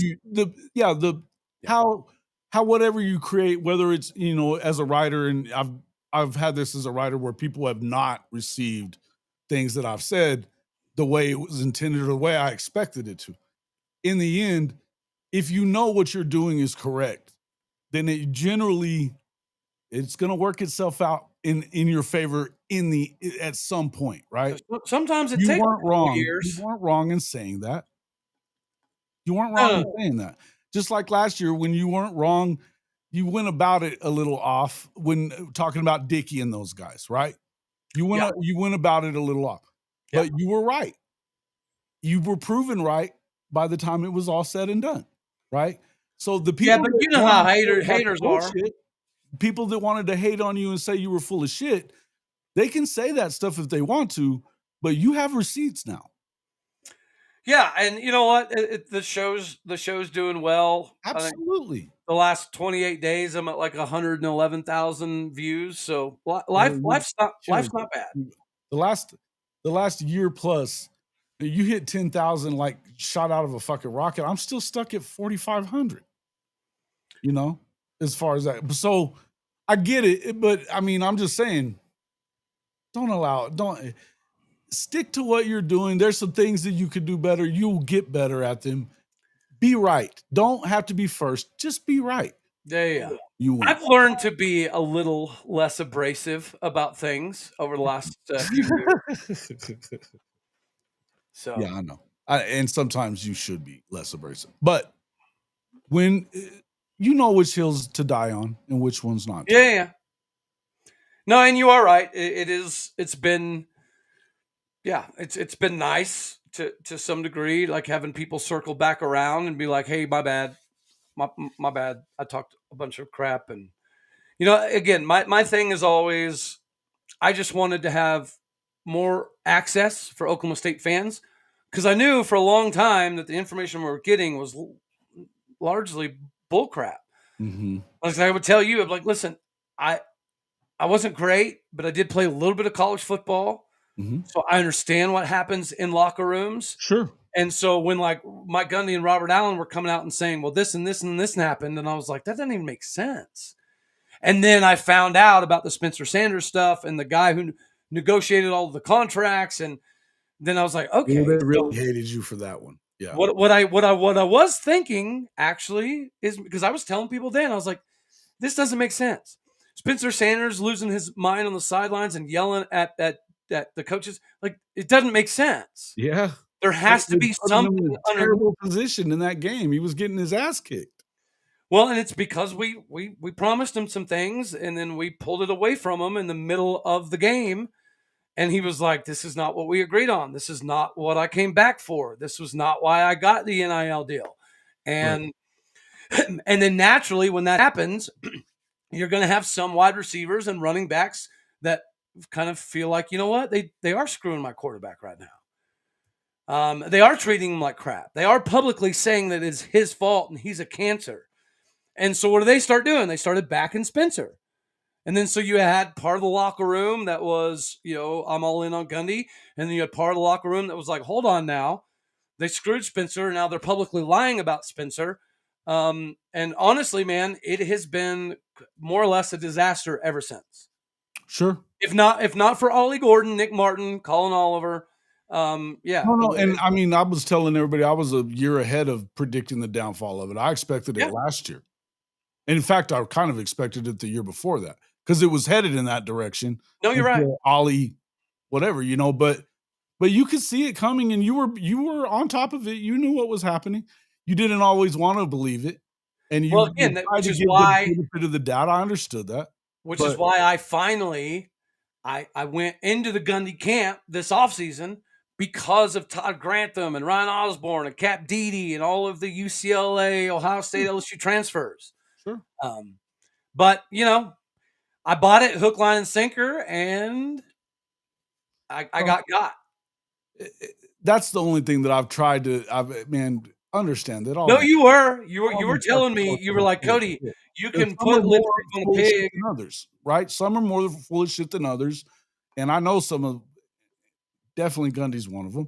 But the thing is that Gundy had some powerful people that were backing him 100% and working to fuck you over. And that's where I've always tried to like steer you out of the crosshairs of those folks. Yeah, but you did, but I always felt like I was too small of a show and too insignificant for them to use me.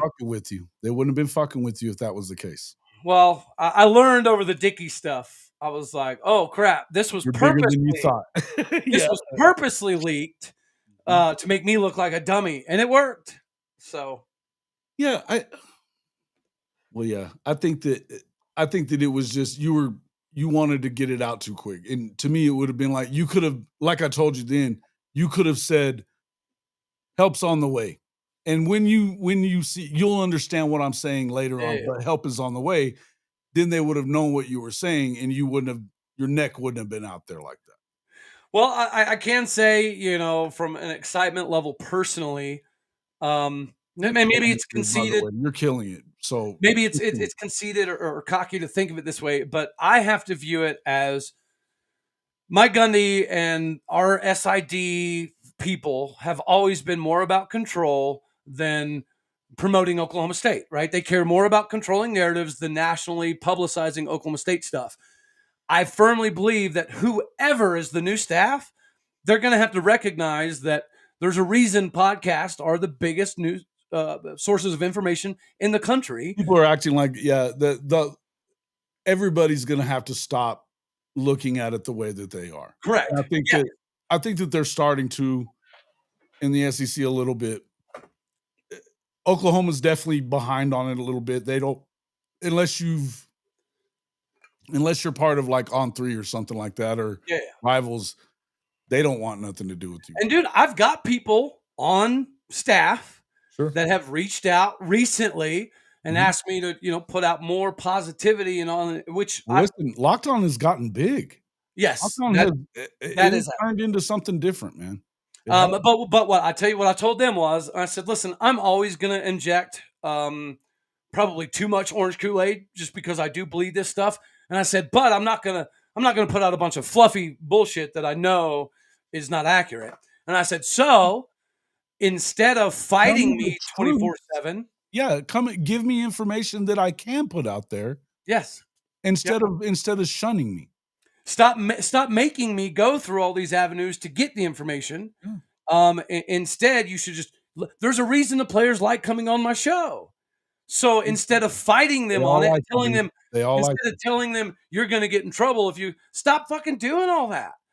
Like if you want to promote Oklahoma State and you want to show the new recruits that there's a lot of things to still be excited about, then we need to start messing with their ability to go on shows and give interviews and all that. That fucks with their NIL ability too. Yes. So when you're doing that stuff, you're not helping your program. You're not helping. You think you're screwing me over. What you're really doing is screwing them over. You're not 100%. making them as visible as they could be.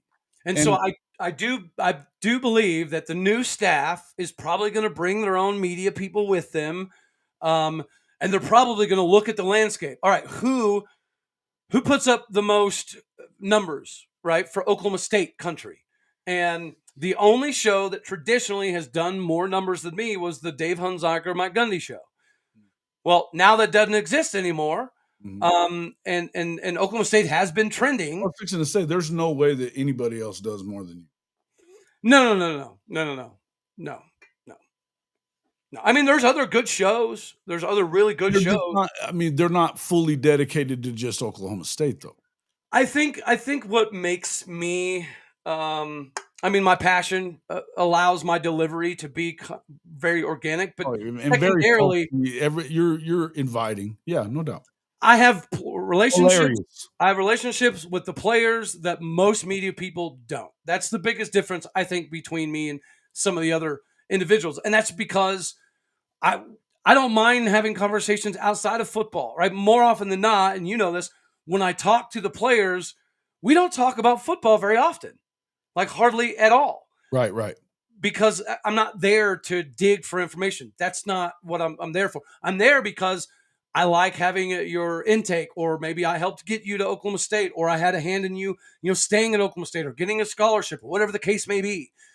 My relationships, and I think this is evidentiary proof, the players that have transferred out, like the Lyric Rawls to KU, or the Garrett Rangels to Virginia Tech, or the Jason Queso Brooks to Houston, or I say a Glass to Vandy, those relationships I've maintained. So even though they're gone, I still talk to them fairly regularly. I still have access to tickets at all these other schools that I didn't have access to previously. And that's because I care more about the relationships than this bullshit information space. Right. And by having organic conversations, that's typically when you get the most information. Like this summer, we had some players that came to one of my son's baseball tournaments. And I was asking one of the players about who are the fastest players on defense. And he starts going on and on about something in the locker room and this argument and this player and this player. And I was like, hey, by the way, you probably shouldn't tell that shit to media people. He's like, oh, I'm sorry. And I was like, I'm not going to say nothing, but I'm just saying for future reference. Like, I mean, there's some things about practice you probably should. You know what? Not necessarily, but I get it. There's some things that the coaching staff certainly would not want everybody to know. For sure. Right. You can get yourself in trouble like that. But I think that there's definitely certain media people that you should be very wary of, because they are definitely looking for clicky headlines that are going to get them lots of views and shit like that. No doubt. Yep. Yeah, no, the only, like I said, when I have conversations with players, 90% of the time, it's not about Oklahoma State football. But to me, look at your relationship with the Rangels is a good example for me, that they love you. They love you. Oh, he's not there, but they love you to death because you were, and it's not just because you were in his corner, because you weren't always, just saying, we got to start him. You weren't doing all that. They love you because you were real. Yeah. Oh, yeah. Well, and when it was time to poop or get off the pot, I was very open with them, and I was like, "Hey guys, love you, love Garrett, Get out. but yeah, Gundy's never really going to give him a chance. Like, let's just call a spade a spade. I selfishly want him to stay forever." If he liked him, he would have already started him a long Correct. time ago because he was better than the last guy. I mean, come on. Yep. Yeah. And By a so, lot.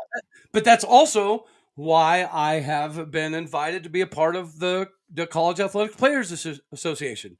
It's because, yeah, I bleed orange. I'm all about Oklahoma State, but I value my relationships with the players and the families more so than purely being about Oklahoma State. Sure. And that is, again, that is different. A lot of media people don't operate this way.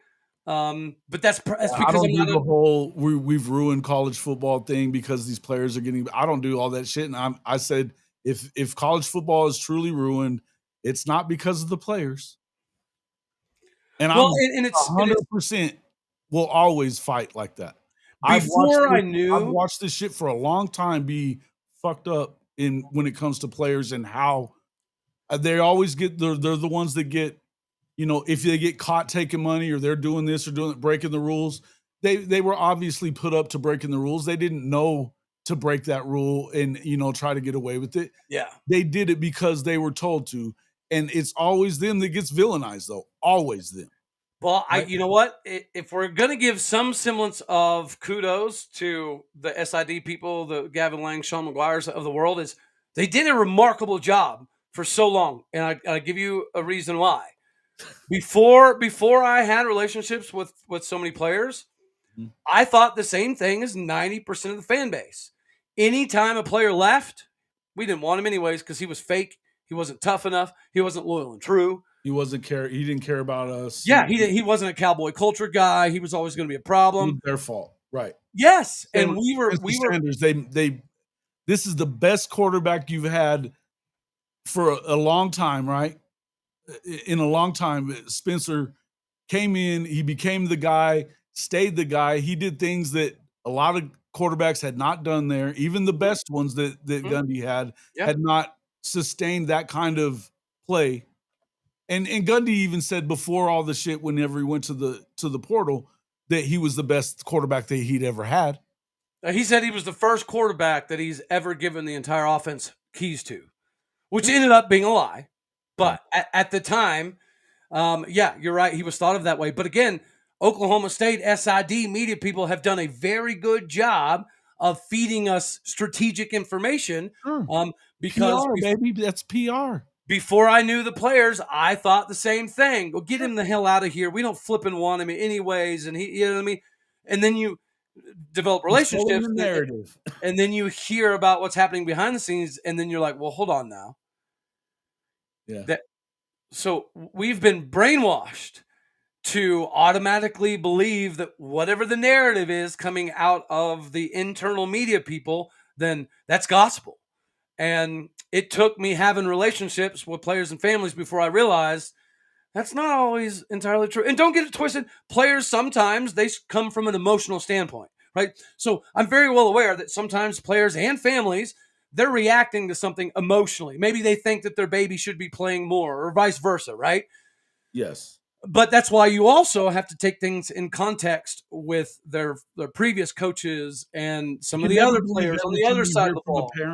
You can never believe everything you hear from a parent, first off, because they're always going to be slanted towards their kid. Yeah. The kids are always going to believe that they're getting screwed in some way, shape, or form. Yep. Even if whether they are or not.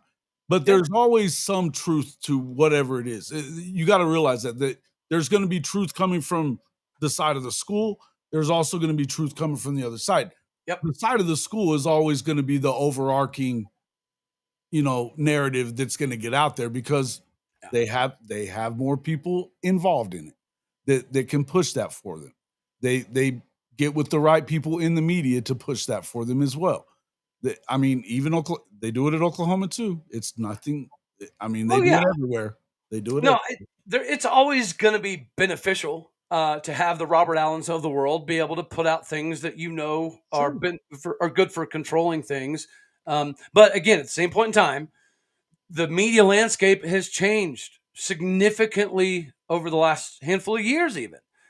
So I think that some, again, 90% of the conversations I have never even get into the microphone, because I'm aware that most locker room conversations need to remain locker room conversations. But when we're purposely lying to the fan base and we're convincing a fan base to believe certain things, that's when I kind of draw the line and have You have to tell the truth sometimes. It's like, and like I said, the Jaden O'Neal stuff with the Bo Bentley, Jaden O'Neal thing, I still will tell you it was handled terribly. Terribly. You know? Finally, Jim Nagy put a stop to it. It didn't make the O'Neals feel any better that he did, but it needed to happen, right? Yeah. I've had conversations with Jaron about it, his dad. In the end, it was handled poorly. It was not handled right. And you would hope that they learned something from it, but most of the people that talk about it when it gets brought up, most of the people that still, the fans that I've had a couple of comments over the last few days saying that, oh no, for sure that it's this guy that, that Bentley's better and they did it because of that. And no, that's not what it was. It has nothing to do with that. But that doesn't matter that I say that. The point is, you're always going to they're going to root on front of the jersey, not the back. They're always going to root in that way. And the school does no wrong. What I hate the most is when we try to account for our school's money and what they're paying these players. Oh, shut up. They can afford it. Let them have their money. Whether or not it works out on the field or not, I don't care. Some guys are going to be busts. It may or may not have anything to do with them. It could have to do with maybe the coach didn't do their job right and figure out how to work this kid, right? Yeah. Sometimes it is that. But you're always going to get that. You're always going to get the people are going to be, and that's part of it. And listen, I'm an Oklahoma guy. I love OU. I did not love the way that went down. Right. That being said, I understood it, but I didn't love it, And some things you have to be honest and true about it and say, look, it's bullshit. Right. Yeah. It's bullshit. Don't let them. I'm not listening to it. I'm not hearing the medical stuff that we were talking about. You talked about that. Right. I wasn't having it anymore. I don't want to hear the shit. I'm not going to blame Nick Anderson for being hurt. Not doing it. Yeah. Yeah, no, I don't want to be adversarial towards our SID, but that's not a me thing. You know what I mean? And I've made comments on air before that typically you get more with honey than you do vinegar. So instead of trying to get my shows removed or me to retract certain things, wouldn't it be more beneficial to help me spread the positivity of Oklahoma State? I'm glad you were having the conversation, man. Just the fact that the conversation is being approached to you, it's a good thing. That tells you, number one, that you definitely have more reach than you ever thought you did. Number two, it tells you that Locked On is becoming more powerful than what they expected it to. It certainly has. It's on the map. But on top of that, if you look at the Locked On, some of them are good, some of them aren't. Some of them get a lot of views, some of them don't. Yeah, but we just fired a ton of people like 3 weeks ago. Right, I know. And part of that is though, but like, look, the eyes come to your show. It's clear. Whether you're new at this or not, I know you've never been in journalism or anything like that or broadcasting before, but you bring another level of, number one, knowledge, because you do know what's going on and you do have connections and you've built relationships. Somebody just said it in the chat. Your relationships, you have to respect the way you've been able to build those relationships with people, whether it's been with the program or not. You're never going to do that with that program because Gundy only wants ass kissers. That was never going to work.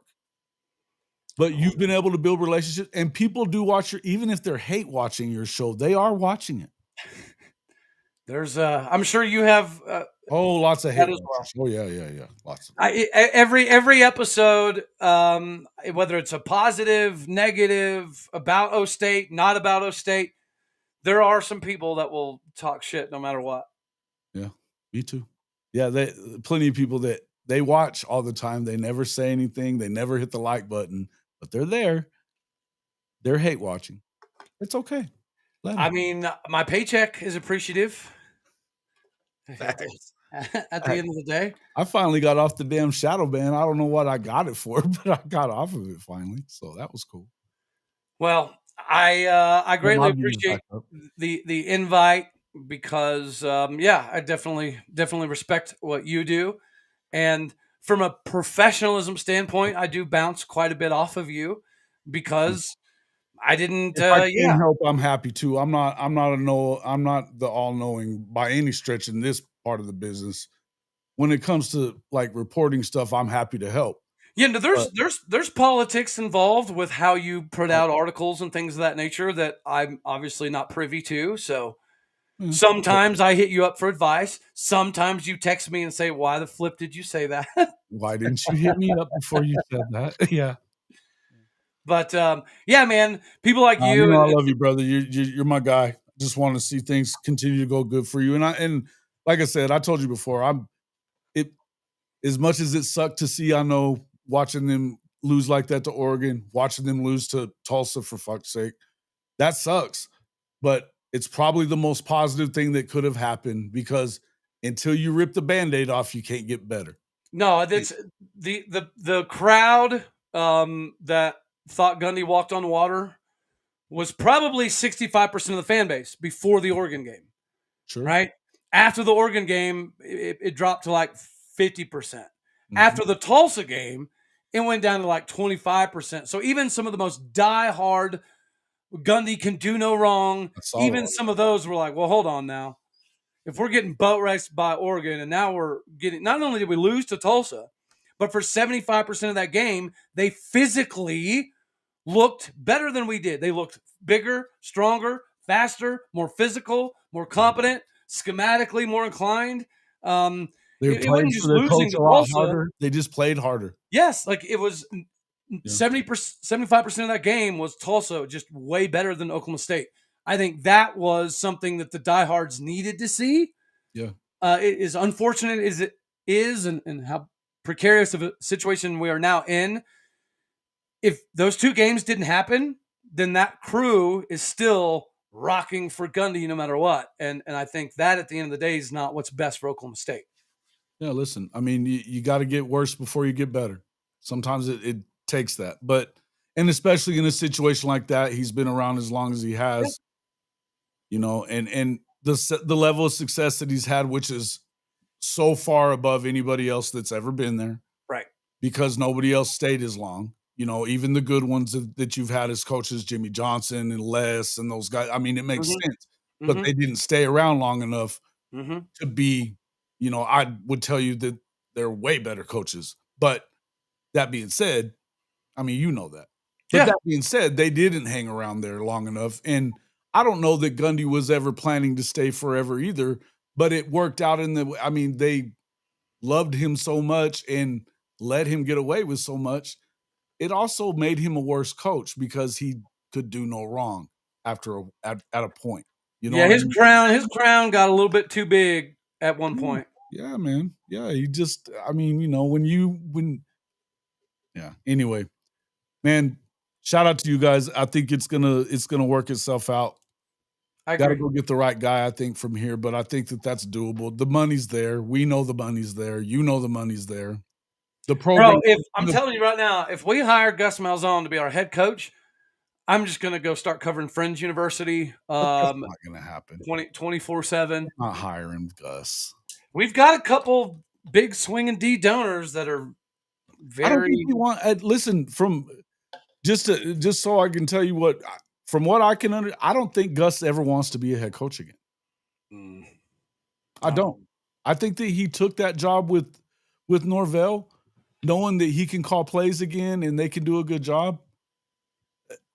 It's less on his head. He felt like he should have never been fired from Auburn. He probably shouldn't have been. I agree with that. it is what it is. But it wasn't UCF, even as much as they won while he was there, it wasn't enough. And it wasn't making it any easier. I mean, you're recruiting in a state that you should be really good. They weren't getting it done. Well, not only that, like, dude, how many games last year did he lose just because he mismanaged their timeouts and shit in the last few minutes of the game? Yeah, That was the biggest thing. It's like, if you haven't learned how to manage a game and a clock and timeouts, punts and kicks and if you haven't learned that shit in 15 years, it probably ain't gonna happen magically tomorrow. Yeah, probably not. Probably not. And in the end, yeah, they're not going to get him. That's not going to be the guy. I was just letting you know. Can't even imagine. When you said we got to nail the hire, they do have to nail the hire. They listen. They got to do a really good job with this. This is what search firms are for. This is what. Look, you've got enough really good alumni that played in the NFL. That you should be able to attract the guy. Yes, right, correct. Go get him. Yep. Money and that's again. If you're actually willing to play the game, and I think that they are, I think you have to be in order to fire. If you weren't, then why'd you fire him? Right? Well, if you're not willing to play the game, then why'd you fire him? I don't buy that. We know that just the fan base willingness to donate to the collective will be helpful. The loyalty on that part of it will work. Sooner Cherry Bear, thank you for gifting another membership to Michael Deach. Appreciate that. Welcome in, Michael, to membership. Glad you're doing it. Play the poor Gundy speech. What do you mean? You mean this one? People that are negative and voicing their opinion are the same ones that can't pay their own bills. I love that one. There's nothing better. Honestly, that comment, now that we look back at it, was basically the beginning of the end. It definitely was. Because before that comment, his fan support was probably 89%. That was really stupid of him. But that tells you exactly, I mean, literally, the loyalty from Oklahoma State fans, that needed to be the beginning of the end, because he showed you right then and there that he was not near as loyal to OSU as OSU was being to him. And you know what? You got to, I hate to admit it, but I mean, it does appear as though that's accurate. I think it is.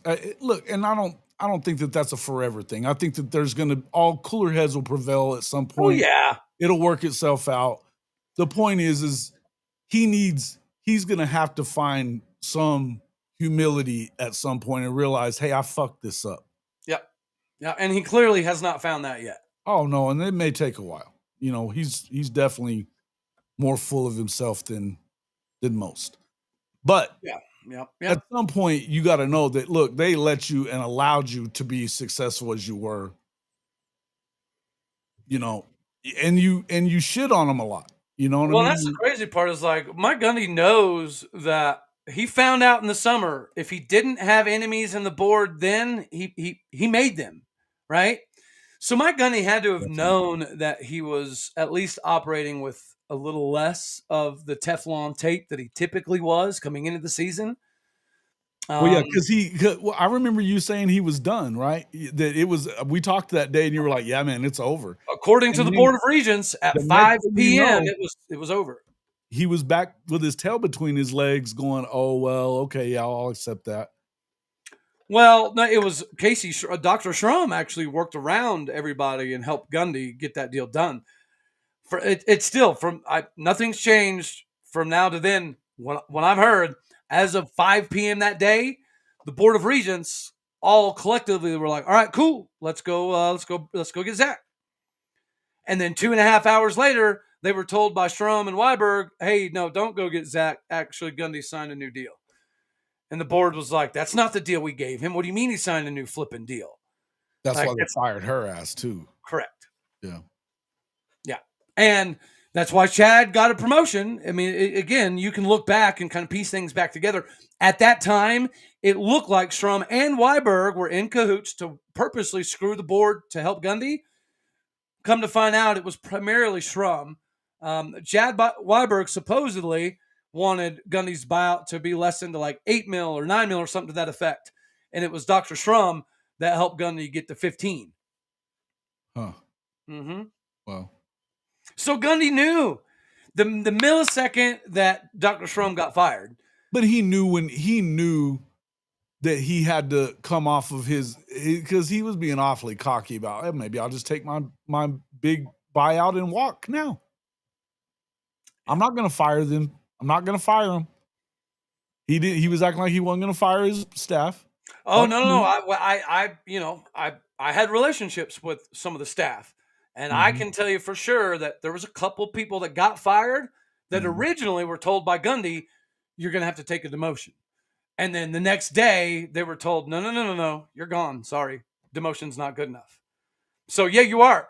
Gundy was willing to fire most of them, but not all of them. Gundy did want to demote a few and keep them around. And it got to the point that he couldn't do that anymore. Yeah. Well, it is what it is. You know what I mean? It's Gundy needs to give me 2% of the buyout. I think you're 100% right. You know what? Whoever that commenter is, Rhyming Lemon, the old Rhyming Lemon. Okay. You know what? I could do a lot. Matter of fact, I guarantee this: if I had 2% of my Gundy's buyout, I could go out there and coach a 3-win team. Nice chunk of change, bro. It's not bad. Yeah. Well, because he got his salary or portion of his salary, plus his buyout, and plus coming into the season, he was already worth like $7 and $9 million supposedly. So yeah, I mean, he's sitting at home with 30-something mil in the bank. I'm sure. I was going to say he's got to have $50-60 million sitting around. Oh yeah, that's not counting the land and the construction companies and shit he was buying. I mean, and the money he's made over the last 10 years. I mean, he's been making a shit ton of money. Yeah, if Mike Gundy goes back into coaching, it's purely a pride thing. You and I both know that. It's not a financial deal. He's got more money. He can go ride llamas for the rest of his life if he wants to. I don't know that he's going to have as many openings as people are acting like he does. But maybe I'm wrong. I'll wait and see on it, and I'll admit that I was wrong if I am. But I think that the way that he's handled this entire last few years, he's shown himself to be full of shit. And look, right now is not the time to be getting in a pissing match about NIL. That's not helpful for your players either. That's not helping you endear yourself to players. No, I don't want to pay you. You know what the fuck? You know what I mean? You're making $10 million, but I can't make any money. Come on. Yep. It's a wild ride, and it's a wild time in Stillwater. But at least, it's exciting again, right? Like, I can't believe I'm having the conversation of you have a reason to actually feel good about the direction. Whether it's good or not, you're gonna be. Look, everybody's got great ideas when they start. We'll see how it ends up, but I would think that you can't go worse than what it's been right now. I just don't think you can. And it's sad that we're at a position in life now where a loss to Baylor was actually one of the most exciting losses I've ever seen. They played harder, man. That's good. That's a good step in the right direction. Yeah, you got to start. Out to Meacham. Shout out All to right, buddy. Hey, man, thanks for coming in, Cody. Appreciate you, brother. Let everybody know how to find you. Locked On Oklahoma State, at All Day O State All Day on all the other social stuff. As I tell people that talk a bunch of crap, I'm not hard to find. That is the biggest, I don't know, not obstacle, but thing I find funny, especially on Twitter. Everybody knows you now. It's not hard to find you. No. Well, that's people talk all this crap and say all this stuff, and it's just like, but you can find me every day, right? Like, I'm very, very accessible to find. I don't hide from the things that I say. More often than not, I wholeheartedly believe, and I don't have a problem walking back and eating crow when I do get shit wrong. Man, and here's the thing: it's college football. Nobody's going to be right all the time. Yeah, no, I think that Gundy being fired, hopefully, should help my job quite a bit, because I think this is a time where we need to be spreading more positivity in Oklahoma State country, we need to be showing recruits that there's still a ton to be excited about. So hopefully Oklahoma State and SID take that approach as opposed to this, we're going to control everything and keep everything in a little bitty box approach, because it hasn't worked. And clearly it's not preventing me from still acquiring the information I need to. Keep on keeping on, brother. That's all you can do. You're All doing right, a great job, man. You know I'd appreciate tell you. you otherwise if it was otherwise. So I think you're doing well. Go beat Texas, because as I've always said, and it's been an unpopular opinion of mine, I always wanted OU and Texas to do good in the SEC because I think that benefits the perception of the Big 12. So I'm excited to see y'all doing good. I had Mateer in my top 15, so naturally it's exciting to see what he can do. And I think we have an investment level as Oklahoma State fans in Hawkins, right? Because Kevin Johns had a massive hand in getting Haas Haney. And if we can see some development out of Hawkins, then yeah, we should at least view the prospect. Kevin's a good coach. Better. Kevin's a good coach. There's no two ways around it. He wasn't allowed to coach up until Seth left. And you saw an instant differentiation. You did. Kind of like Meacham takes over for Gundy, and you instantly say, "Holy shit, we have an offense! What? Where did this come from? Who'd have thunked it?" Go figure. All right, buddy. All right, brother. Appreciate you. Talk to you soon. Later, taters. Later. Cody Stovall locked on Oklahoma State. We went way over the allotted time that I was planning to go today, so we're going to cut it there. But I appreciate everybody sticking with us for the duration. I know I lost some of you guys. You guys are fucking hilarious with some of the stuff you say in here. But it's good stuff. Again, Sooner Cherry Bear, thank you for the gifted memberships.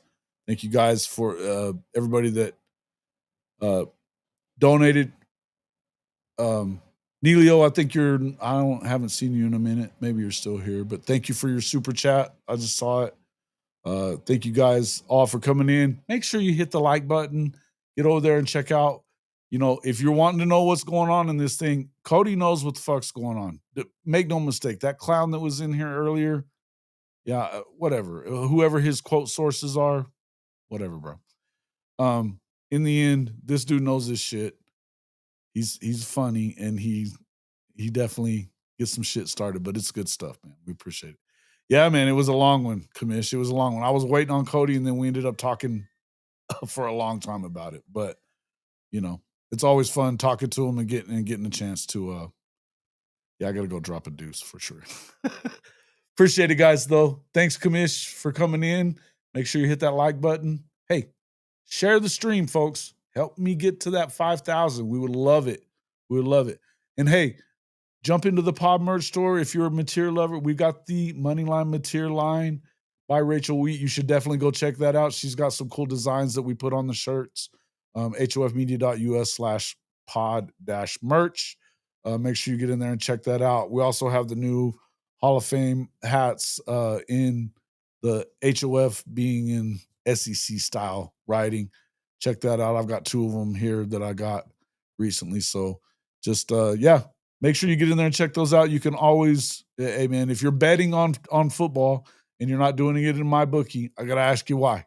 They have a great deposit bonus up to $1,000. It's 50% deposit bonus. So whatever you put in, you get up to $1,000. You get 50% of it back. So get in there and check all that out.